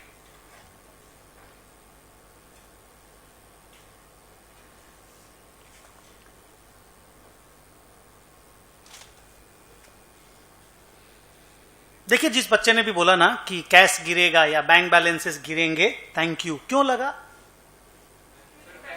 अरे सर पैसा जाएगा, शेयर होल्डर को डिविडेंड देंगे तो पैसा ही तो आउटफ्लो होगा। तो सिंपल है, पैसा जाएगा तो टू बैंक टू कैश तो होगा ही। अच्छा, dividends are paid in cheque only. Cash से ऐसा नहीं कि मुकेश भाई हमको बुलाता ले सुदर्शन कैश ले ले, डिविडेंड का कैश ले ले, ऐसा नहीं होता है। डिविडेंड हम लोगों के चेक से आता है, और चेक भी नहीं, आजकल तो डायरेक्टली वो ईसीएस होता है ना, माने डायरेक्ट बैंक में ही क्रेडिट हो जाता है। मतलब हम लोगों को नंबर दे देना पड़ता है कि ये मेरा बैंक अकाउंट नंबर है, वो अपडेट कर देना पड़ता है। फिर जिस कंपनी को भी डिविडेंड देना होता है ना, वो सीधे बैंक में ही डिविडेंड को क्रेडिट ही करवा देता है। 10-12 साल पहले तक तो क्या होता था, हम लोग के पास चेक्स आते थे, फिर हम लोग चेक, ये समझ में आ रहा है सब वर्ड सब, फिर हम लोग चेक बैंक में जमा करते थे। अब ये प्रोसेस क्यों चला, कुरियर से चेक आए, फिर उस चेक को बैंक में जमा करो, फिर वो बैंक से क्लियर हो, टाइम लगता है ना जी, खर्चा भी तो लगता है। अब क्या डायरेक्टली उस बैंक से, माने रिलायंस की बैंक से हमारी बैंक में डायरेक्ट क्रेडिट हो जाएगा और हम लोगों को एक तो SMS भी आ जाएगा और इंफॉर्मेशन भी आ जाएगा मेल पे।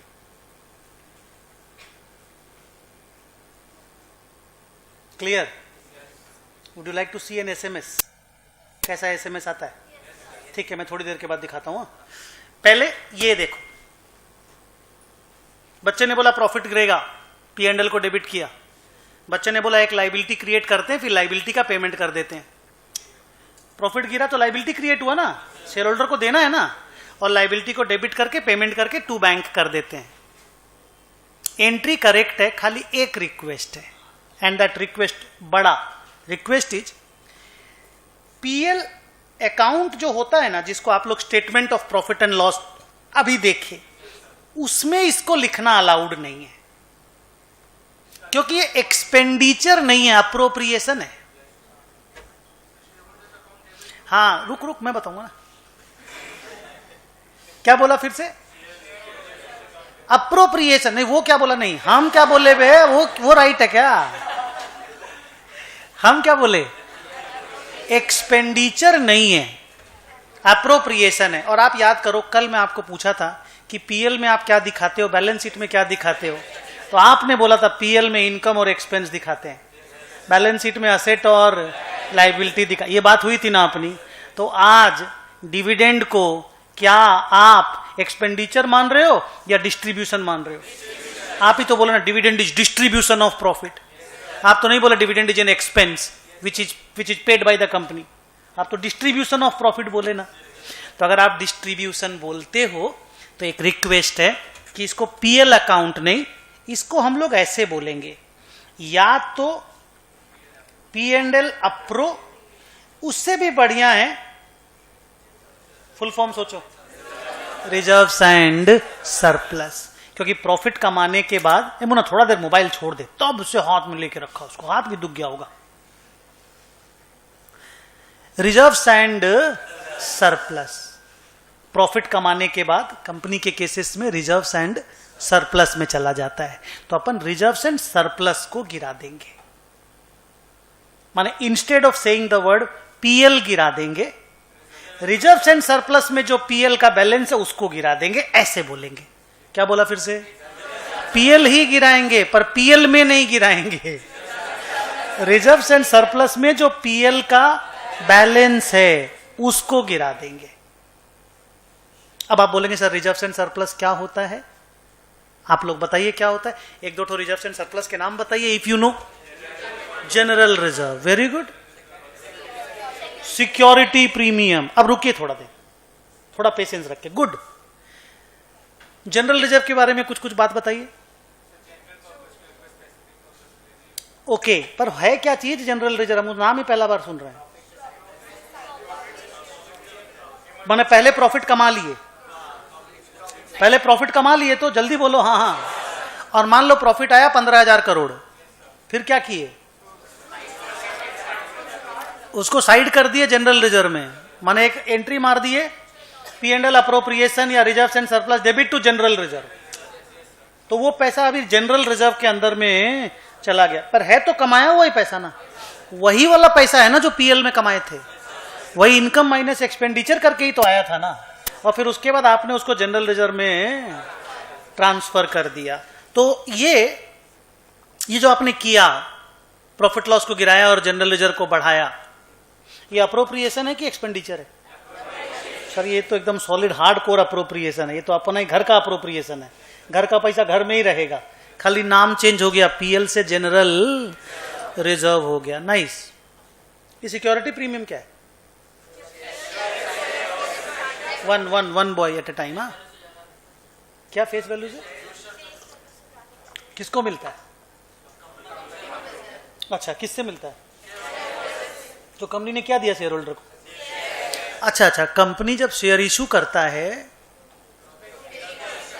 तो अगर फेस वैल्यू से ज्यादा रुपया शेयर होल्डर से लेता है तो वो जो ज्यादा वाला रुपया है वो सिक्योरिटी प्रीमियम में क्रेडिट होता है। मतलब मान लीजिए हम कंपनी है रिलायंस इंडस्ट्रीज लिमिटेड, आप लोग शेयर होल्डर हैं, मैंने आपको 1 करोड़ शेयर इशू किया, कितना? 1 करोड़, फेस वैल्यू मान लो 10 है, और हम आपसे 1240 रुपया लिए।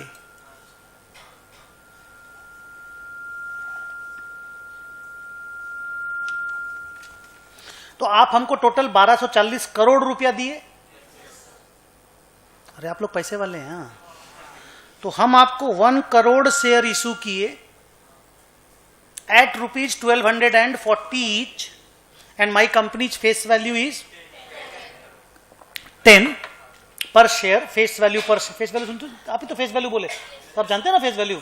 गुड, इट इज 10 और 1230 रुपया प्रीमियम में हम शेयर इशू किया आप लोगों को, और आप लोग खुशी खुशी सब्सक्राइब किए हैं, happy happy types.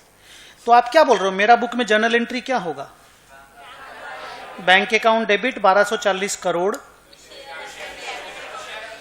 Direct capital है, एप्लीकेशन पुप्लीकेशन नहीं ले, सीधा पैसा। To equity share capital 10 crore,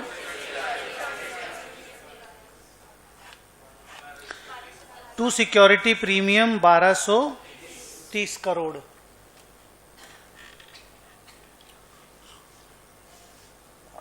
जानते हैं अभी क्या हुआ?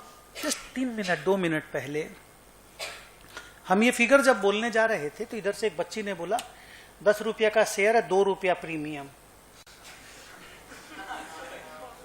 बोलो ना 2 रुपया प्रीमियम। 2 रुपया प्रीमियम अगर किसी कंपनी को लेना होगा ना, वो फेस वैल्यू पे इशू कर देगी।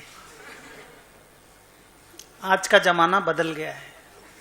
अभी 2 रुपया प्रीमियम कोई प्रीमियम नहीं होता, इससे बढ़िया प्रीमियम ही नहीं लेंगे साला हम। और ये सच्चाई है जो मैं बोल रहा हूं। तुमको सरप्राइजिंग 1230 रुपया प्रीमियम लग रहा होगा बहुत सारे बच्चों को। किनको किनको लगा रहे 1230 रुपया, बाप रे बाप इतना प्रीमियम। तुमको इसलिए ऐसा लगा कि तुमने जिंदगी में जितने क्वेश्चन बनाए उसमें साला कोई एक क्वेश्चन में जब 2.5 रुपया प्रीमियम भी हो जाता था तो भी एक बार हाँ सांस ऊपर नीचे हो जाता था। और यहां हम लोगों को 300-400 रुपया प्रीमियम के नीचे शेयर नहीं मिलता है। कोई कंपनी 300-400 रुपया प्रीमियम लेती है तो हम लोग अच्छा ही बोलते हैं, बाबा सस्ता ही दे रही है। आजकल कंपनियां अच्छा खासा ग्रो होने के बाद शेयर इशू करती हैं। आजकल कंपनियां एकदम बिगिनिंग में शेयर इशू नहीं करती हैं। अभी तक देखो फ्लिपकार्ट ने कोई शेयर इशू नहीं किया है पब्लिक को। क्या बोला, सुना क्या बोले हम? अभी तक फ्लिपकार्ट ने पब्लिक को शेयर इशू नहीं किया है। अभी जब शेयर इशू करेगा, आपको लगता है 10+2 में इशू करेगा? 10+1000 में इशू करेगा मिनिमम। सो अब ना get ready and just mentally prepare रहो कि अगर कोई इस तरह का बात बोलता है तो वो करेक्ट बोलता है, वो रॉन्ग नहीं है। अब यही ट्रेंड है, यही सच है। तू बोलने का आदत अब छोड़ देना चाहिए। 2 रुपया देना होगा फ्री में दे देगा, बोनस दे दो साला, 12 रुपये लेना है मत ही लो, इससे बड़ा फ्री में ही दे दो। 10 करोड़ रुपए की जगह 12 करोड़ आया, कहां आनी जानी है? लिखो। अच्छा, इन दोनों में आप क्या लिखना चाहते हो बताओ? ये दोनों ऑब्लिक करके लिख दो।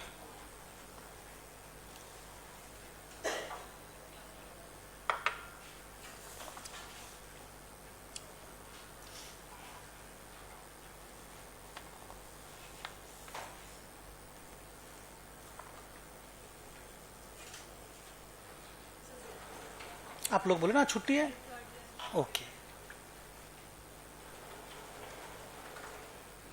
दोनों एंट्री लिख लिए डिविडेंड का, PL appropriation oblique reserves and surplus.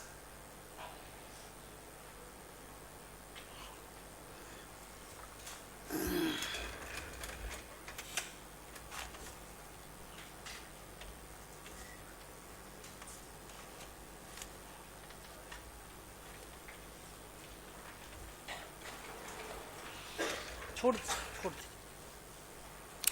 अच्छा बच्चों, आपको क्या लगता है रिलायंस कितना प्रॉफिट कमाता होगा साल में? क्या? हाँ, क्वार्टर का। अच्छा बोला तुम। रिलायंस साल भर में 40,000 45,000 करोड़ रुपया प्रॉफिट कमाता है। 2000, हाँ, नेट प्रॉफिट उतना करोड़, 40,000 करोड़। ठीक है, 2018 मार्च बोल रहे हैं, अभी तो 19 मार्च भी चला गया है, और 20 मार्च वाले में भी एक क्वार्टर चला गया है। अप्रैल मई जून चला गया ना, जुलाई अगस्त सितंबर चल रहा है ना। मैं आपको 18 मार्च का नेट प्रॉफिट दिखा रहा हूं, देखिए सर्कल किया हुआ प्रॉफिट है। ये देखिए प्रॉफिट फॉर द ईयर दिख रहा है। सॉरी, अब देखो, नहीं दिखा अभी प्रॉफिट फॉर द ईयर लिखा हुआ? अमाउंट नहीं दिखेगा, ब्राउन में ब्लैक है ना यार, हम क्या करें? ब्राउन में ब्लैक हम क्या करें बता? हम नजदीक ले जा सकते हैं, वो कर सकते हैं थोड़ा सा, क्या बोलते हैं, हाँ इसी को उठा देते हैं। ठीक ही बोला, मारवाड़ी को ये सब बुद्धि तो रहना ही चाहिए। अब साला और नहीं दिख रहा है, हाँ दिख गया तो 36,080 करोड़ साल का है ये। 36,080 करोड़ 2018 मार्च का है। 19 मार्च में पक्का 40,000 करोड़ हो गया होगा, 39,000 40,000 करोड़ हो गया होगा। इतना प्रॉफिट कमाता, कितना डिविडेंड देता होगा? नहीं तुम बताया, तुमको गेस करने बोलते ना। ग्रुप 2 में तो ये सब मौका मिलता है, ग्रुप 1 में तो खाली सैलरी डेबिट करके पढ़ाओ आगे। कितना डिविडेंड देता होगा अंदाजा? अमाउंट में बोलिए, अमाउंट में। ना इतना नहीं देता। 50 रुपया रिलायंस डिविडेंड दे देगा। 3,500 करोड़ रुपया डिविडेंड देता है। अब आप बोलेंगे सर 36,000 करोड़ रुपया कमाता है, उसमें से 3,600 करोड़ या 3,500 करोड़ डिविडेंड देता है मान लो, या 4,000 करोड़ डिविडेंड देता है, तो बाकी इतना पैसा अपने पास रख लेता है। वही कंपनी को ग्रो करने के काम आता है। कंपनी को नया नया बिजनेस में पैसा लगाना है। अब रिलायंस है, पेट्रोल से कमा रहा है, अब उसको जियो में पैसा लगाना है, फ्रेश में, रिलायंस फ्रेश में पैसा लगाना है, पेट्रोल पंप खोलना है, बहुत सारा पैसा तो इन्वेस्ट करना पड़ेगा ना। तो बार बार वो शेयर इश्यू नहीं करता। क्या बोला, फिर से सुनो, बार बार वो शेयर इश्यू नहीं करता। सब कोई सुनिए, सब बड़ी बड़ी बातें प्लीज, ये सब आप कहीं और सुनेंगे नहीं। ये रियल लाइफ का कहानी है, अकाउंट्स नहीं है। कोई भी कंपनी अगर बार बार शेयर इश्यू करती है, हम लोग उस कंपनी को कमजोर कंपनी बोलते हैं। There should not be dilution. क्या बोलिए फिर से? There should not be dilution of ownership. There should not be dilution of ownership. एक बार शेयर इश्यू होता है बस, एक बार कंपनियों का, उसके बाद right bonus, right bonus, right bonus, right भी नहीं होना चाहिए, खाली बोनस बोनस बोनस बोनस होना चाहिए। बोनस चैप्टर है तुम्हारे सिलेबस में, चिंता मत करना। तो साल में अगर 30,000 करोड़ रुपया बचा लेगा, तो अगला बिजनेस में इन्वेस्ट करने के लिए पैसा रहेगा ना जी उसके पास। सो वो लोग, एवरीबडी इसको बोलते हैं, इस पर्टिकुलर आइडिया को बोलते हैं कि ploughing back of your profit and making investments in different businesses. उससे फिर नया बिजनेस से और प्रॉफिट आएगा, तो और ज्यादा प्रॉफिट आएगा और ग्रोथ होगा। So anyway, let's stop it. Copy में आगे लिखो,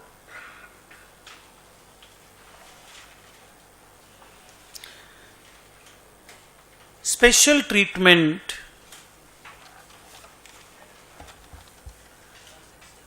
number 6, special treatment in the cases of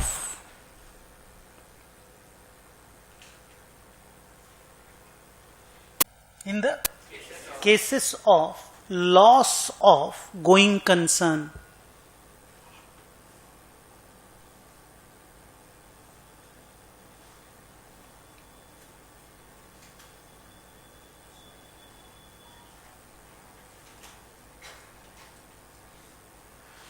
इसके बारे में कुछ बोलिए।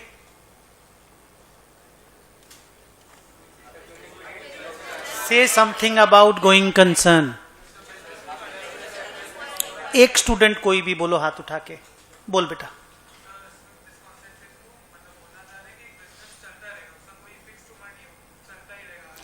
मतलब कोई भी बंदा जो अपना बिजनेस स्टार्ट करता है वो इस व्यू के साथ ही स्टार्ट करता है कि it will run for a long period of time.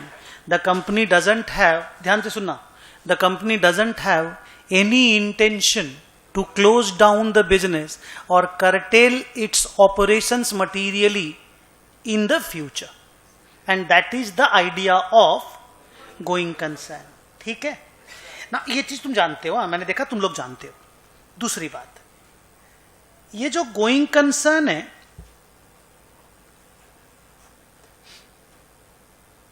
ये एक फंडामेंटल अकाउंटिंग अजम्पशन माना जाता है हिंदुस्तान में, वर्ल्ड वाइड माना जाता है। अपन इंडिया में बोल के मैं इंडिया की बात कर रहा हूं। This is considered to be a fundamental accounting assumption. सुनो आप लोग ये चीज।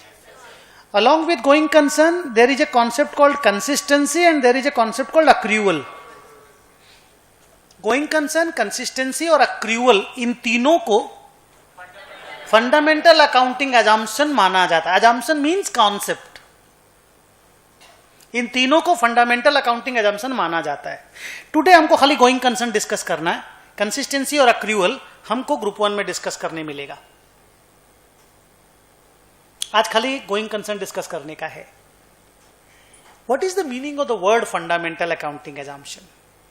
Why going concern is a fundamental accounting assumption? 1 minute.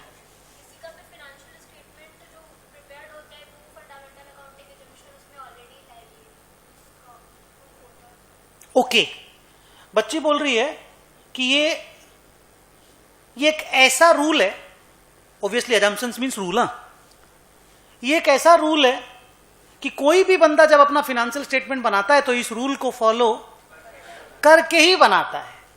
एक बच्चा बोला था सर ये बहुत बेसिक वाले रूल हैं, ये बहुत बेसिक वाले रूल है। जैसे हम अगर घर में बैठे हैं, हमको ट्यूशन आना है तो हमको घर से निकलना पड़ेगा। हेलो, ये उस तरह का रूल है। और सर हमको अगर गाड़ी में जाना है तो या तो ड्राइवर गाड़ी चलाएगा या मैं गाड़ी चलाऊंगा, गाड़ी चलाना पड़ेगा। ये उस तरह का सिंपल सा रूल है which is very very basic. Very very basic means everybody does that and everybody knows that everybody does that because everybody does that. यहां तो मत, यही सच है जो बोल रहा हूं। तो क्योंकि ये तीनों रूल, और मैं आज गोइंग कंसर्न के बारे में बोल रहा हूं तो I'll be saying this rule is so popular, so popular कि इसको हर कोई फॉलो करता है, और हर कोई फॉलो करता है तो फिर हर कोई जानता भी है कि ओके ये बैलेंस शीट आई मेरे सामने, मतलब ये गोइंग कंसर्न वाली ही बैलेंस शीट होगी। इस फाइनेंशियल स्टेटमेंट को गोइंग कंसर्न के बेसिस पे ही बनाया गया होगा। तो हम लोग ये मान के चलते हैं, कोई भी बैलेंस शीट मेरे सामने आती है, हम ये मान के चलते हैं कि this balance sheet is prepared on going concern basis. अब एक लाइन और सुन लो मेरे बच्चों, अगर आप सारे अकाउंटिंग स्टैंडर्ड को फॉलो करते हो ना तो वो गोइंग कंसर्न के फाइनेंशियल स्टेटमेंट ही माने जाते हैं। क्या बोला, फिर से बोलो। अगर आप सारे, मतलब accounting standards are prepared on going concern convention. जितने एस बने हैं ना वो गोइंग कंसर्न को सपोर्ट करने के लिए ही बने हैं। आप एस फॉलो कर लो, आपकी बैलेंस शीट गोइंग कंसर्न वाली मानी जाएगी, फुल स्टॉप, दी एंड। तो सर ये बताइए कि लॉस ऑफ गोइंग कंसर्न होने से क्या करना है और गोइंग कंसर्न होने से क्या करना है। देख, गोइंग कंसर्न होने से तो वही करना है जो आज तक करते आए हो। If you are a going concern, you prepare your financial statements by following, नहीं गोइंग कंसर्न तो बोल दिए, by following all the applicable accounting standards. जैसे Sudarshan Agarwal is a going concern. हाँ, मैं गोइंग कंसर्न, मैं अपना बैलेंस शीट जब भी बनाता हूं सारा एस फॉलो करके बनाता हूं, तो मेरे को कोई प्रॉब्लम नहीं है। ऑडिटर मेरा फाइनेंशियल स्टेटमेंट जब देखता है आराम से हमको ट्रू एंड फेयर का सर्टिफिकेट देता है, वो मेरे गोइंग कंसर्न की एबिलिटी पे कभी डाउट नहीं करता। Full stop. सेकेंड बात, हाँ सुनिएगा सर, बड़ा लेक्चर है, इंपॉर्टेंट नॉलेज है, गुड नॉलेज टू हैव। मान लीजिए मेरे को लगा कि I am no longer a going concern entity. क्या I am no longer a going concern entity? हम अपने बोर्ड ऑफ डायरेक्टर के साथ बैठे, मीटिंग किए, मेरे बोर्ड में बाकी मेंबर लोगों को भी लगा now it is difficult to survive, we are no longer a going concern. नहीं समझे? We are no longer a going concern entity. हम लोग अब खत्म कहानी है। जानते हैं उसके बाद क्या करना पड़ता है? सुनिएगा सुनिएगा, बोलिए कमान, मैं आपको बताता हूं। जानते हैं क्या करना पड़ता है? एस फॉलो करना बंद करना पड़ता है। क्या? एस फॉलो करना बंद करना पड़ता है। 2, सारा असेट और लायबिलिटी को रियलाइजेबल और पेएबल वैल्यू पे लिखना पड़ता है। फॉर एग्जाम्पल, आपके पास एक बिल्डिंग है, आपके पास एक बिल्डिंग है, नॉर्मली एस फॉलो करोगे तो आप क्या करोगे? बिल्डिंग को डिप्रिशिएट करके अगला साल लिखोगे जल्दी। मान लो बिल्डिंग 1200 करोड़ का है, 10% का डिप्रिसिएशन है, तो नॉर्मली आप क्या करोगे? If you are a going concern, 1200 minus 120 equal to 1080। Please support करो। लेकिन अगर you are not a going concern, if you are not a going concern, तो आप उस बिल्डिंग का रियलाइजेबल वैल्यू देखेंगे। मान लो रियलाइजेबल वैल्यू इज 190 करोड़, 190, तो 1200 माइनस 190, 1200 माइनस 1, कैलकुलेटर उठाओ, उठाओ कैलकुलेटर, 1200 माइनस 190, 1010 करोड़ रुपया का डिप्रिसिएशन लिखोगे। सर ऐसा गंध? यस सर, ये क्या चक्कर है? इसको बोलते हैं लॉस ऑफ गोइंग कंसर्न। तो सर आप ये बोल रहे हो कि if an entity has lost its going concern ability, then it will do 2 things. 1, stop following accounting standards and start valuing, बोलिए, all its assets and liabilities at their realisable and payable value. Liability है बोल के payable बोलते, नहीं तो खाली realisable बोलने से भी समझ में आता है बच्चों को। उस वैल्यू पे लिखना स्टार्ट कर देंगे, उस वैल्यू पे लिखना स्टार्ट कर देंगे। और अगर उसमें प्रॉफिट है तो प्रॉफिट भी लिखेंगे, कोई प्रॉब्लम नहीं है। मान लो 1200 करोड़ की बिल्डिंग है, रियलाइजेबल वैल्यू इज 1500 करोड़, नहीं समझे? तो 300 करोड़ का प्रॉफिट लिख देंगे पीएल में, नहीं समझे? एस फॉलो नहीं होगा, एस का पूजा नहीं करेगा ये लोग। कौन लोग?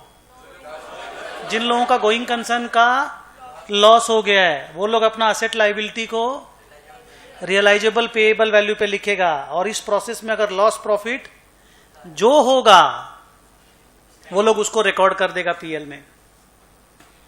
इन्वेंट्री के बारे में क्या जानते हो? कॉस्ट और NRV which ever is lower. मान लो कॉस्ट है 400 करोड़ इन्वेंट्री का, मेरे बैलेंस शीट में कॉस्ट है 400 करोड़ और एनआरवी है 620 करोड़। हम कितने पे लिखेंगे? 400 करोड़ पे। प्रोवाइडेड आईएमए, बोलो, provided I am a going concern. But if I am not a going concern, हम 620 करोड़ में लिखेंगे, because that is the realisable value.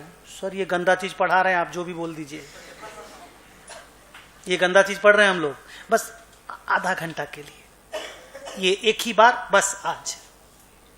इसके अलावा दुनिया में हमेशा गोइंग कंसर्न। रुको अभी तुम, हाँ जरूर बताएंगे, अभी रुकना, बहुत देर बताएंगे, बहुत बात। तो सर ये स्टोरी क्या है? It is called loss of going concern. अगर कोई एंटिटी का गोइंग कंसर्न का कॉन्सेप्ट हिल जाता है तो उसको एस फॉलो करने नहीं पड़ता या नहीं मिलता, फिर वो अपनी सारी एसेट एंड लायबिलिटी को रियलाइजेबल और पेएबल वैल्यू पे लिखता है। और इस लिखने की प्रोसेस में अगर प्रॉफिट है तो वो प्रॉफिट भी लिखता है, लॉस है तो वो लॉस भी लिखता है, और दोनों उसको लिखना अलाउड है, कोई प्रॉब्लम नहीं है। और उसको सब, कोई बच्चों सुनिएगा, बड़ा बड़ा बात सब है हाँ, और उसको अपने नोट्स ऑन अकाउंट्स में लिखना पड़ता है कि the financial statements have not been prepared on going concern basis, they are prepared on realizable and या the assets and liabilities are valued at their realizable and payable values. ये लिख देने से बाकी लोगों को पता चल जाता है कि okay DHFL is no longer a going concern. तो ये चीज नोट्स में लिखना पड़ता है, एएस फॉलो नहीं करना पड़ता है, और असेट लाइबिलिटी को 3 बात बोल दिए, पहले 2 बोल रहे थे, अभी तीसरा ऐड कर दिए. तीसरा सिंपल बात था, क्या था? नोट्स में लिखना पड़ता है. क्योंकि अगर आप गोइंग कंसर्न है ना, अगर आप गोइंग कंसर्न है तो it is a fundamental accounting assumption. हर कोई मानेगा आप गोइंग कंसर्न है, तो आपको बताने की जरूरत नहीं आप गोइंग कंसर्न है. लेकिन अगर आप गोइंग कंसर्न नहीं है, लोग तो यही मान के बैठे होंगे कि आप गोइंग कंसर्न है, लेकिन आप जानते हो आप तो गोइंग कंसर्न नहीं हो, तो आपको ना बताना पड़ेगा हम गोइंग कंसर्न नहीं है. तो वो तो आप नोट्स में बताओगे ना. प्रेशर हो गया कि ठीक है? ठीक है, लिखोगे कॉपी में. अच्छा हाँ, वो बच्चा बोल रहा था, खाली बिल्डिंग वाला बात एक बार और बता दीजिए. देखो, if I am a going concern,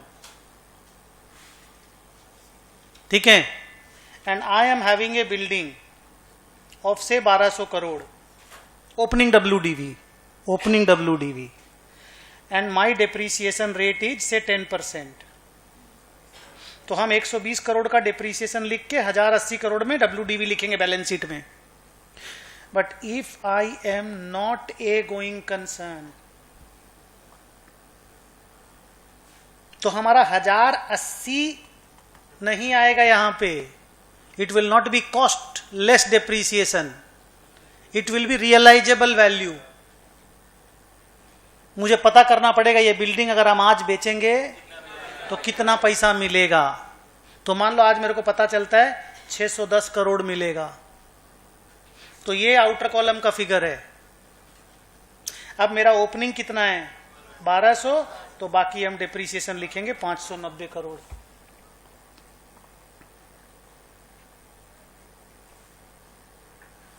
इसके सम भी बनते हैं, अगली क्लास में या उसके अगली क्लास में इसका सम ला के देंगे कि इसको गोइंग कंसर्न के बेसिस पे बनाओ, not a going concern basis पे बनाओ. तो एक तो गोइंग कंसर्न बेसिस पे बनाओ तो तुम फट फट फट फट बना देगा, तुमको आता है वो सब चीज. और not a going concern basis, that is a new thing जो आपको रियलाइजेबल एंड पेएबल वैल्यूज पे बनाना पड़ेगा. I will be bringing that some to you हाँ इन द नेक्स्ट क्लास या उसके बाद वाली क्लास में. बुक में मिलेगा आपको. कुछ बोल रहा था तुम? तो उसके बाद बेचने के बाद आप प्रॉफिट लिखो ना, कोई प्रॉब्लम नहीं है. तुम कितना में बेच, कितना में सकोगे, ये तो भाई साहब मार्केट में डिमांड पे डिपेंड करेगा. तुम 1080 में बेच दोगे, कौन बोल दिया? तेरे लिए बिल्डिंग इज यूजेबल. रुकिए, एक तो बहुत बड़ा क्वेश्चन आया, स्टैंडर्ड क्वेश्चन, और मुझे आंसर करने में मजा आ रहा है. तो सब कोई सुनिए इस बात को. बच्चे ने क्वेश्चन पूछा और बोला कि सर मान लीजिए I am a going concern and my building is stated at 1080 crore and say I want to sell this building. हमको ये बिल्डिंग बेचना है, तो will I be able to sell it at 1080 crore? How can I say? How can I say? Market will say. Sir market is तो saying 610 crore, तो sell eight 610 crore. लिखो loss अगर बेचोगे तो. क्यों बेचोगे? तेरे लिए तो बिल्डिंग यूजेबल है ना, और तुम तो गोइंग कंसर्न है ना. तुम तो गोइंग कंसर्न है ना, तुम तो बिल्डिंग यूज करेगा ना जी जिंदगी भर. तुम क्यों बेचेगा? तुम बिल्डिंग को यूज करके फायदा उठा, प्रोडक्शन कर माल का, माल बेच के पैसा कमा. बिल्डिंग बेचने पे आमादा क्यों है? आमादा, why you are so excited about selling your building? Your building is a fixed asset. It is suppose to be used, not to be sold. It is not an inventory. You hold it, you are a going concern, you can use it. But what about this man बिचारा? हाँ, इसको तो बेचना, he is no longer going concern. इसको तो asset उसेट बेच के liability का पैसा चुकाना है. इसकी हिंदी में लिख रहे हैं, मजबूरियां अलग हैं. तुम्हारे पास वो मजबूरी नहीं है, because you are a going concern. ये ना परेशानी में यार। कंप्लीट कर दिया हम अपना बातचीत, आप कंफर्टेबल हैं? अब अकाउंटिंग स्टैंडर्ड 4 को कंक्लूड करने का रिमार्क्स। पूरा मैं लॉस ऑफ गोइंग कंसर्न और if I am a going concern का बात समझा पाया आपको? Now listen carefully. मान लीजिए एक कंपनी है, एक एंटिटी है, 16 मई 2019 को, यही केस चल रहा है, 16 मई 2019 को उसके यहां एक सिग्निफिकेंट इवेंट हो गया जिसके कारण उसके गोइंग कंसर्न का लॉस हो गया। नहीं रुकिए, जिसके कारण उसके गोइंग कंसर्न का लॉस हो गया। 2018-19 वाला PL balance sheet going concern पे नहीं बनेगा। अभी डायरेक्टर लोग साइन नहीं किया ना, देख इधर जल्दी, अभी डायरेक्टर लोग साइन नहीं किया है ना, तो अभी तो अपने पास स्कोप है ना बैलेंस शीट को रिड्राफ्ट करने का। गोइंग कंसर्न पे नहीं बना सकते आप, स्पेशल ट्रीटमेंट है इस 4 में। क्या ट्रीटमेंट है? नहीं, स्पेशल नहीं बोलना है, ट्रीटमेंट बताओ। If we loss our going concern at an event occurring after the balance sheet date, then the balance sheet of 18-19 cannot be prepared on a going concern basis. Then how it will be prepared? Non going concern wala basis pe. And what is that basis? Realizable and payable value basis. और इस बात को अलग से notes में बताना भी पड़ेगा, और ऑब्वियसली एस फॉलो आप कर नहीं सकते, बिकॉज एस गोइंग कंसर्न वाले लोग फॉलो करते हैं। You are done? अच्छा, एक इंटेलिजेंट क्वेश्चन आपके सामने, फिर हम ये नोट लिखाएंगे और ये स्टोरी खत्म होगा। एक इंटेलिजेंट क्वेश्चन, मान लीजिए मई का 18 तारीख को, 18 मई 2019, इधर देखते रहिएगा, मई का 18 तारीख को मेरे यहां एक सिग्निफिकेंट इवेंट हुआ जहां पब्लिक में हल्ला मचा कि he is no longer a going concern. Public तो पहले हल्ला मचाता था, आजकल तो टीवी वीवी लोग पहले ही बोल देता सब। बोलिए सच है कि नहीं? साला इवेंट कुछ होता है टीवी में, वो कहां से कुछ हो जाता है। सच है ना, ये मानते हो ना ये सब बात?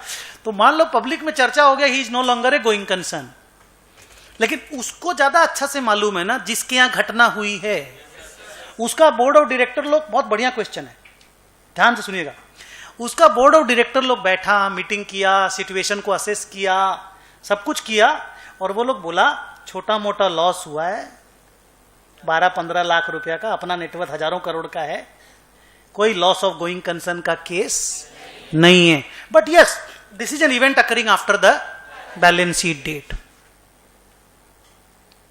और मान लो the event is non adjusting in nature, but yes it is significant event, but sir loss of going concern नहीं हुआ है। पूरा स्टोरी समझे? क्या करना पड़ेगा? ढंग से बोलना, नहीं तो हम पक्का थप्पड़ मारेंगे। बच्ची सही बोल रही है, थोड़ा और आराम से इज्जत से बात करके बोलो।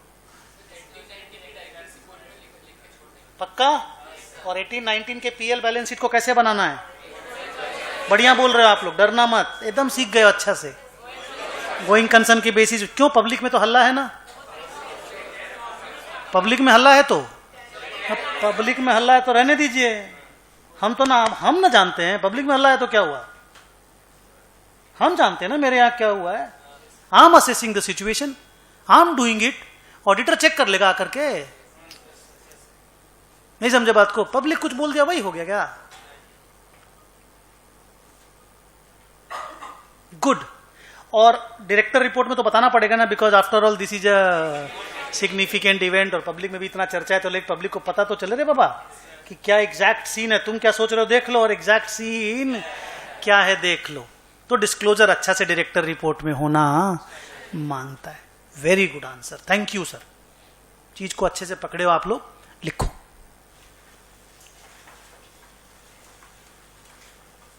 हेडिंग क्या दिए हो बेटा? लिखो if an event occurs after the balance sheet date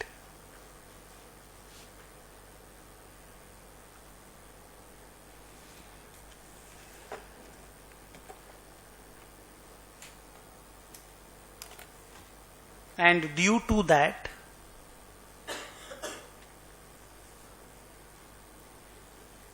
the company loses its ability to continue as a going concern. दोबारा पूछ लेना मैंने क्या बोला.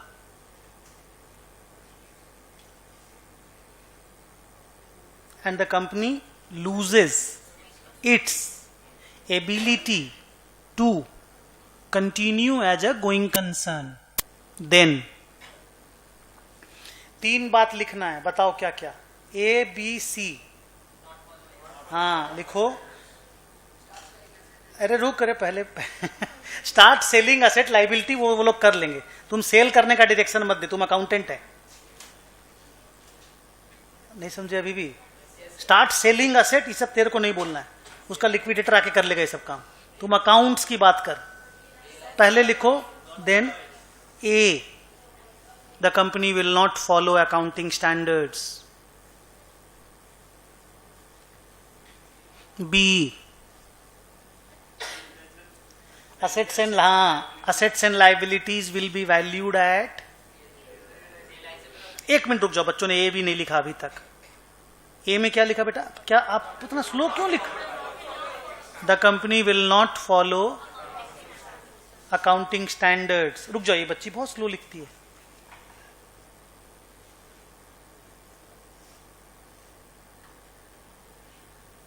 ए लिख दिया. The company will not follow accounting standards. B, assets and liabilities will be valued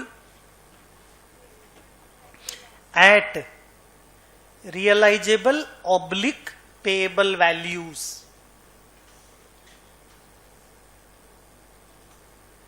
C, in the notes on accounts an information about this must be given.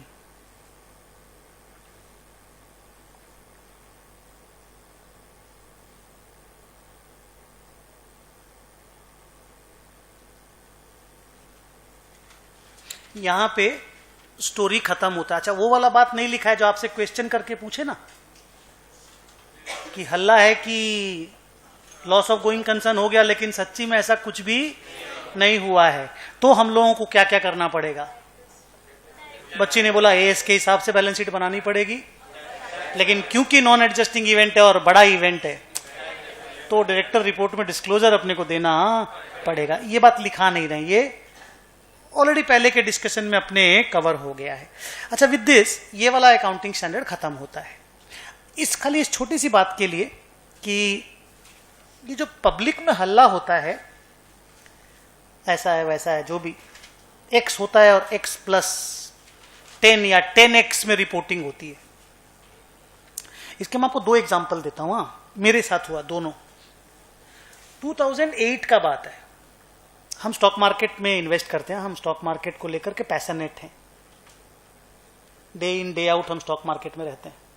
पर पागल नहीं है, पैशनेट है. अभी पैशन भी थोड़ा कम हो गया है. अभी गार्डनिंग का पैशन डेवलप हुआ है. गार्डनिंग का पिछला 1.5 साल से. लीव 2009 की बात बता रहा. 2008-9 मेरी सिस्टर का, बड़ी वाली सिस्टर का फोन आया मेरे पास. मारवाड़ी में हम लोग बात करते हैं. कोई मारवाड़ी अगर नहीं समझेगा तो बगल वाला समझा देगा उसको. तो उसने मेरे को फोन किया. उसने बोला हाँ. बोला तेरे 10 करोड़ रुपया का नुकसान होगा. बोला 10 करोड़ रुपया का तुमको नुकसान हो गया. हम तो साला फिगर सुन के डर गए. ठीक है. हम उसको बोले तन्ना कौन बोल रहे हो, मन तुमको कौन बोला. बोला नहीं यहाँ पे यही खबर है. जमशेदपुर के पास उनका घर है. बोला नहीं यहाँ पे तो यही सुन रहे हैं हम. तुम ठीक ठाक है ना. तो हम उसको एक बात बोले. हम बोले सोचो कि अगर मेरे पास 10 करोड़ रुपया का लॉस देने के लिए है तो हमारे पास कितना पैसा होगा. तो हम बोले तो खुश होने की वजह है ना, दुख होने का क्या है. नहीं समझे. अगर एक आदमी 10 करोड़ का स्टॉक मार्केट में लॉस दे सकता है तो उसके पास कितना करोड़ रुपया होगा? बोले तुम खुश हो तो दुखी होने का बात ही नहीं है। एंड फिर मैंने उसको बोला मेरे को टोटल लॉस 45 लाख रुपया का है, वो भी अगले 3 साल में हम रिकवर कर लिए थे उससे ज्यादा, बहुत ज्यादा। तो न्यूज ऐसे ही बनता है। ऐसे ही मेरा एक ओपन हार्ट सर्जरी हुआ 2013 में, नहीं 2010 में। ओपन हार्ट सर्जरी मतलब मेरे हार्ट का ऑपरेशन हुआ, वाल्व चेंज हुआ। एक वाल्व समझ, तो वाल्व सुने हो आप लोग? 9, 10, 11 में साइंस पढ़ते होगे। तो हार्ट का एक वाल्व चेंज हुआ, स्मॉल ऑपरेशन। ओपन हार्ट है बोल करके जो डरना है डरते रहो, otherwise it's a small operation for a doctor. तो हुआ तो मार चर्चा ये है कि हार्ट फेल हो गया। हार्ट फेल, साला हार्ट अटैक तक बोलो चलेगा, हार्ट फेल समझ रहे हो? Heart fail is gone. अच्छा मेरे को हार्ट अटैक भी नहीं, हमको क्या है, पूरा हम कॉशन में रहते हैं, हमको मालूम रहता है कि क्या हो रहा है, जिसको थरो चेकिंग, बहुत बहुत कंजर्वेटिव टाइप से हम जीते इन सब चीजों को लेकर के। तो हमको मालूम था कि ये मेरा वाल खराब है। ये वाल खराब इसलिए नहीं हुआ कि एज की वजह से या दारू की वजह से, ये सब नहीं। हाँ, ये मेरे को बचपन में एक फीवर हो गया था, रूमेटिक फीवर। छोटे थे जब, 3-4 साल के बच्चे थे, तो एक फीवर हो गया, रूमेटिक फीवर बोलते हैं। गांव में थे तो गांव वाला डॉक्टर लोग क्या तो पकड़ पाएगा रूमेटिक फीवर, तो वो फीवर पकड़ के फीवर का दवाई दे दिया। रूमेटिक फीवर में एक पर्टिकुलर इंजेक्शन लगता है, ठीक है। मेरा फीवर तो ठीक हो गया, लेकिन उसका जो रूमेटिज्म है वो मेरे बॉडी में रह गया, वो रह जाता है। वो फिर 30, 35, 40 साल की एज में हार्ट के वाल्व को डिजेनरेट कर देता है, वाल्व को डिजेनरेट कर देता है। तो उसके बाद आपको वाल्व चेंज कराना पड़ता है। इट्स सिंपल, दरवाजा टूट गया, दरवाजा चेंज कराना है। दरवाजा खोलो तो खुल नहीं रहा, वो जाम हो गया है, तो उसको चेंज कराना था। हम चेंज करवा करके आ गए।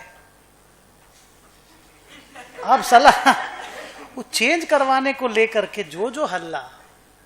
अच्छा हम जब चेंज करवाने गए तो मैं और मेरा फ्रेंड गए थे दिल्ली में, मेदांता हॉस्पिटल, एक हॉस्पिटल है, नरेश त्रिहान बोल के एक डॉक्टर। मैं और मेरा दोस्त गए थे दिखाने के लिए, मेरी फैमिली वालों को भी नहीं मालूम, ठीक है। गए मैं और मेरा दोस्त, तो बोला कि वो डॉक्टर ने बोला कि हाँ आपको अब ऑपरेशन करा लेना। मेरे को भी मालूम था कि वक्त आ गया ऑपरेशन कराने का, मॉनिटर कर रहा था मैं सिचुएशन को। तो बोला कि आपको ऑपरेशन करा लेना चाहिए। तो मैंने सर को बोला, दोस्त को मैं सर बोलता हूँ उनको, तो मैंने उनको बोला कि सर यहीं कराना है, कलकत्ते में कराना है? तो बोला कलकत्ता में कराओगे तो इतने सारे लोग विजिट करने आएंगे, ये वो सब, चाल देख का आवा, चाल देख का आवा, नहीं समझे बात को? तो हम बोले रिकवरी करने में दिक्कत होगा ना, recovery, post operation recovery is the most important thing. Doctor तो ऑपरेशन करके दे देगा, उसके बाद रिकवर करने के लिए जो रेस्ट टाइम चाहिए वो तो चाहिए। तो हम बोले यहीं पे करवा लेते हैं। तो बोला चलो ठीक है। हम लोग एयरपोर्ट जा रहे थे, हॉस्पिटल चले गए। वापस आने के लिए अगले दिन सुबह की बात बोल रहा हूँ कि चलो चलते हैं, फिर चले गए ऑपरेशन। अगले दिन ऑपरेशन कर दिया, मेरी फैमिली का कोई भी नहीं था। अगले दिन ऑपरेशन हो गया। मैंने सर को बोला कि जैसे ही मेरे को ओटी में डालेगा आप मेरी फैमिली को फोन कर दीजिएगा कि इसका ऑपरेशन हो रहा है। अच्छा फैमिली वाले क्या करेंगे हमको बताओ? नहीं छोड़िए ना, फैमिली वाले करेंगे क्या? कुछ कर पाते हैं? जो करना है डॉक्टर को करना है और बाकी ऊपर वाले को करना है। ये सुनो, ये लोग तो परेशान ही होंगे। और जब हमको हॉस्पिटल से छोड़ेगा उस वक्त मैं फैमिली वाले को बुला लूंगा, because at that time I will need the support of my family. तो इस तरीके से सिंपल सा ऑपरेशन था बस। ओपन हार्ट सर्जरी है तो बोल करके बड़ा हो गया, मारवाड़ियों में और बड़ा होगा। बाप रे, हार्ट को ऑपरेशन होगा छोरा का, माने मारवाड़ियों में तो बड़ा हल्ला होता है ना इन सब चीजों का। But it's a small thing, और आज के दिन में it's a real small thing, ठीक है। उस दिन के बाद से हम फिट हैं, हम स्विमिंग भी कर पाते हैं और स्क्वॉश भी खेल लेते हैं, ठीक है। लेकिन पब्लिक में जो चर्चा होता है हार्ट फेल हो गया, अब तो कभी पढ़ा ही नहीं पाएगा। 2010 का बात है, अभी 2020 चल रहा है ना, 19 चल रहा है और हम पढ़ा रहे हैं। हेल्दी लगते हैं कि नहीं? हाँ, थैंक यू। आज आधा घंटा पहले छोड़ रहे हैं आप लोगों को, ठीक है। ट्यूसडे मिलते हैं, आज थोड़ा सा काम है मेरे को, ट्यूसडे बात करते हैं।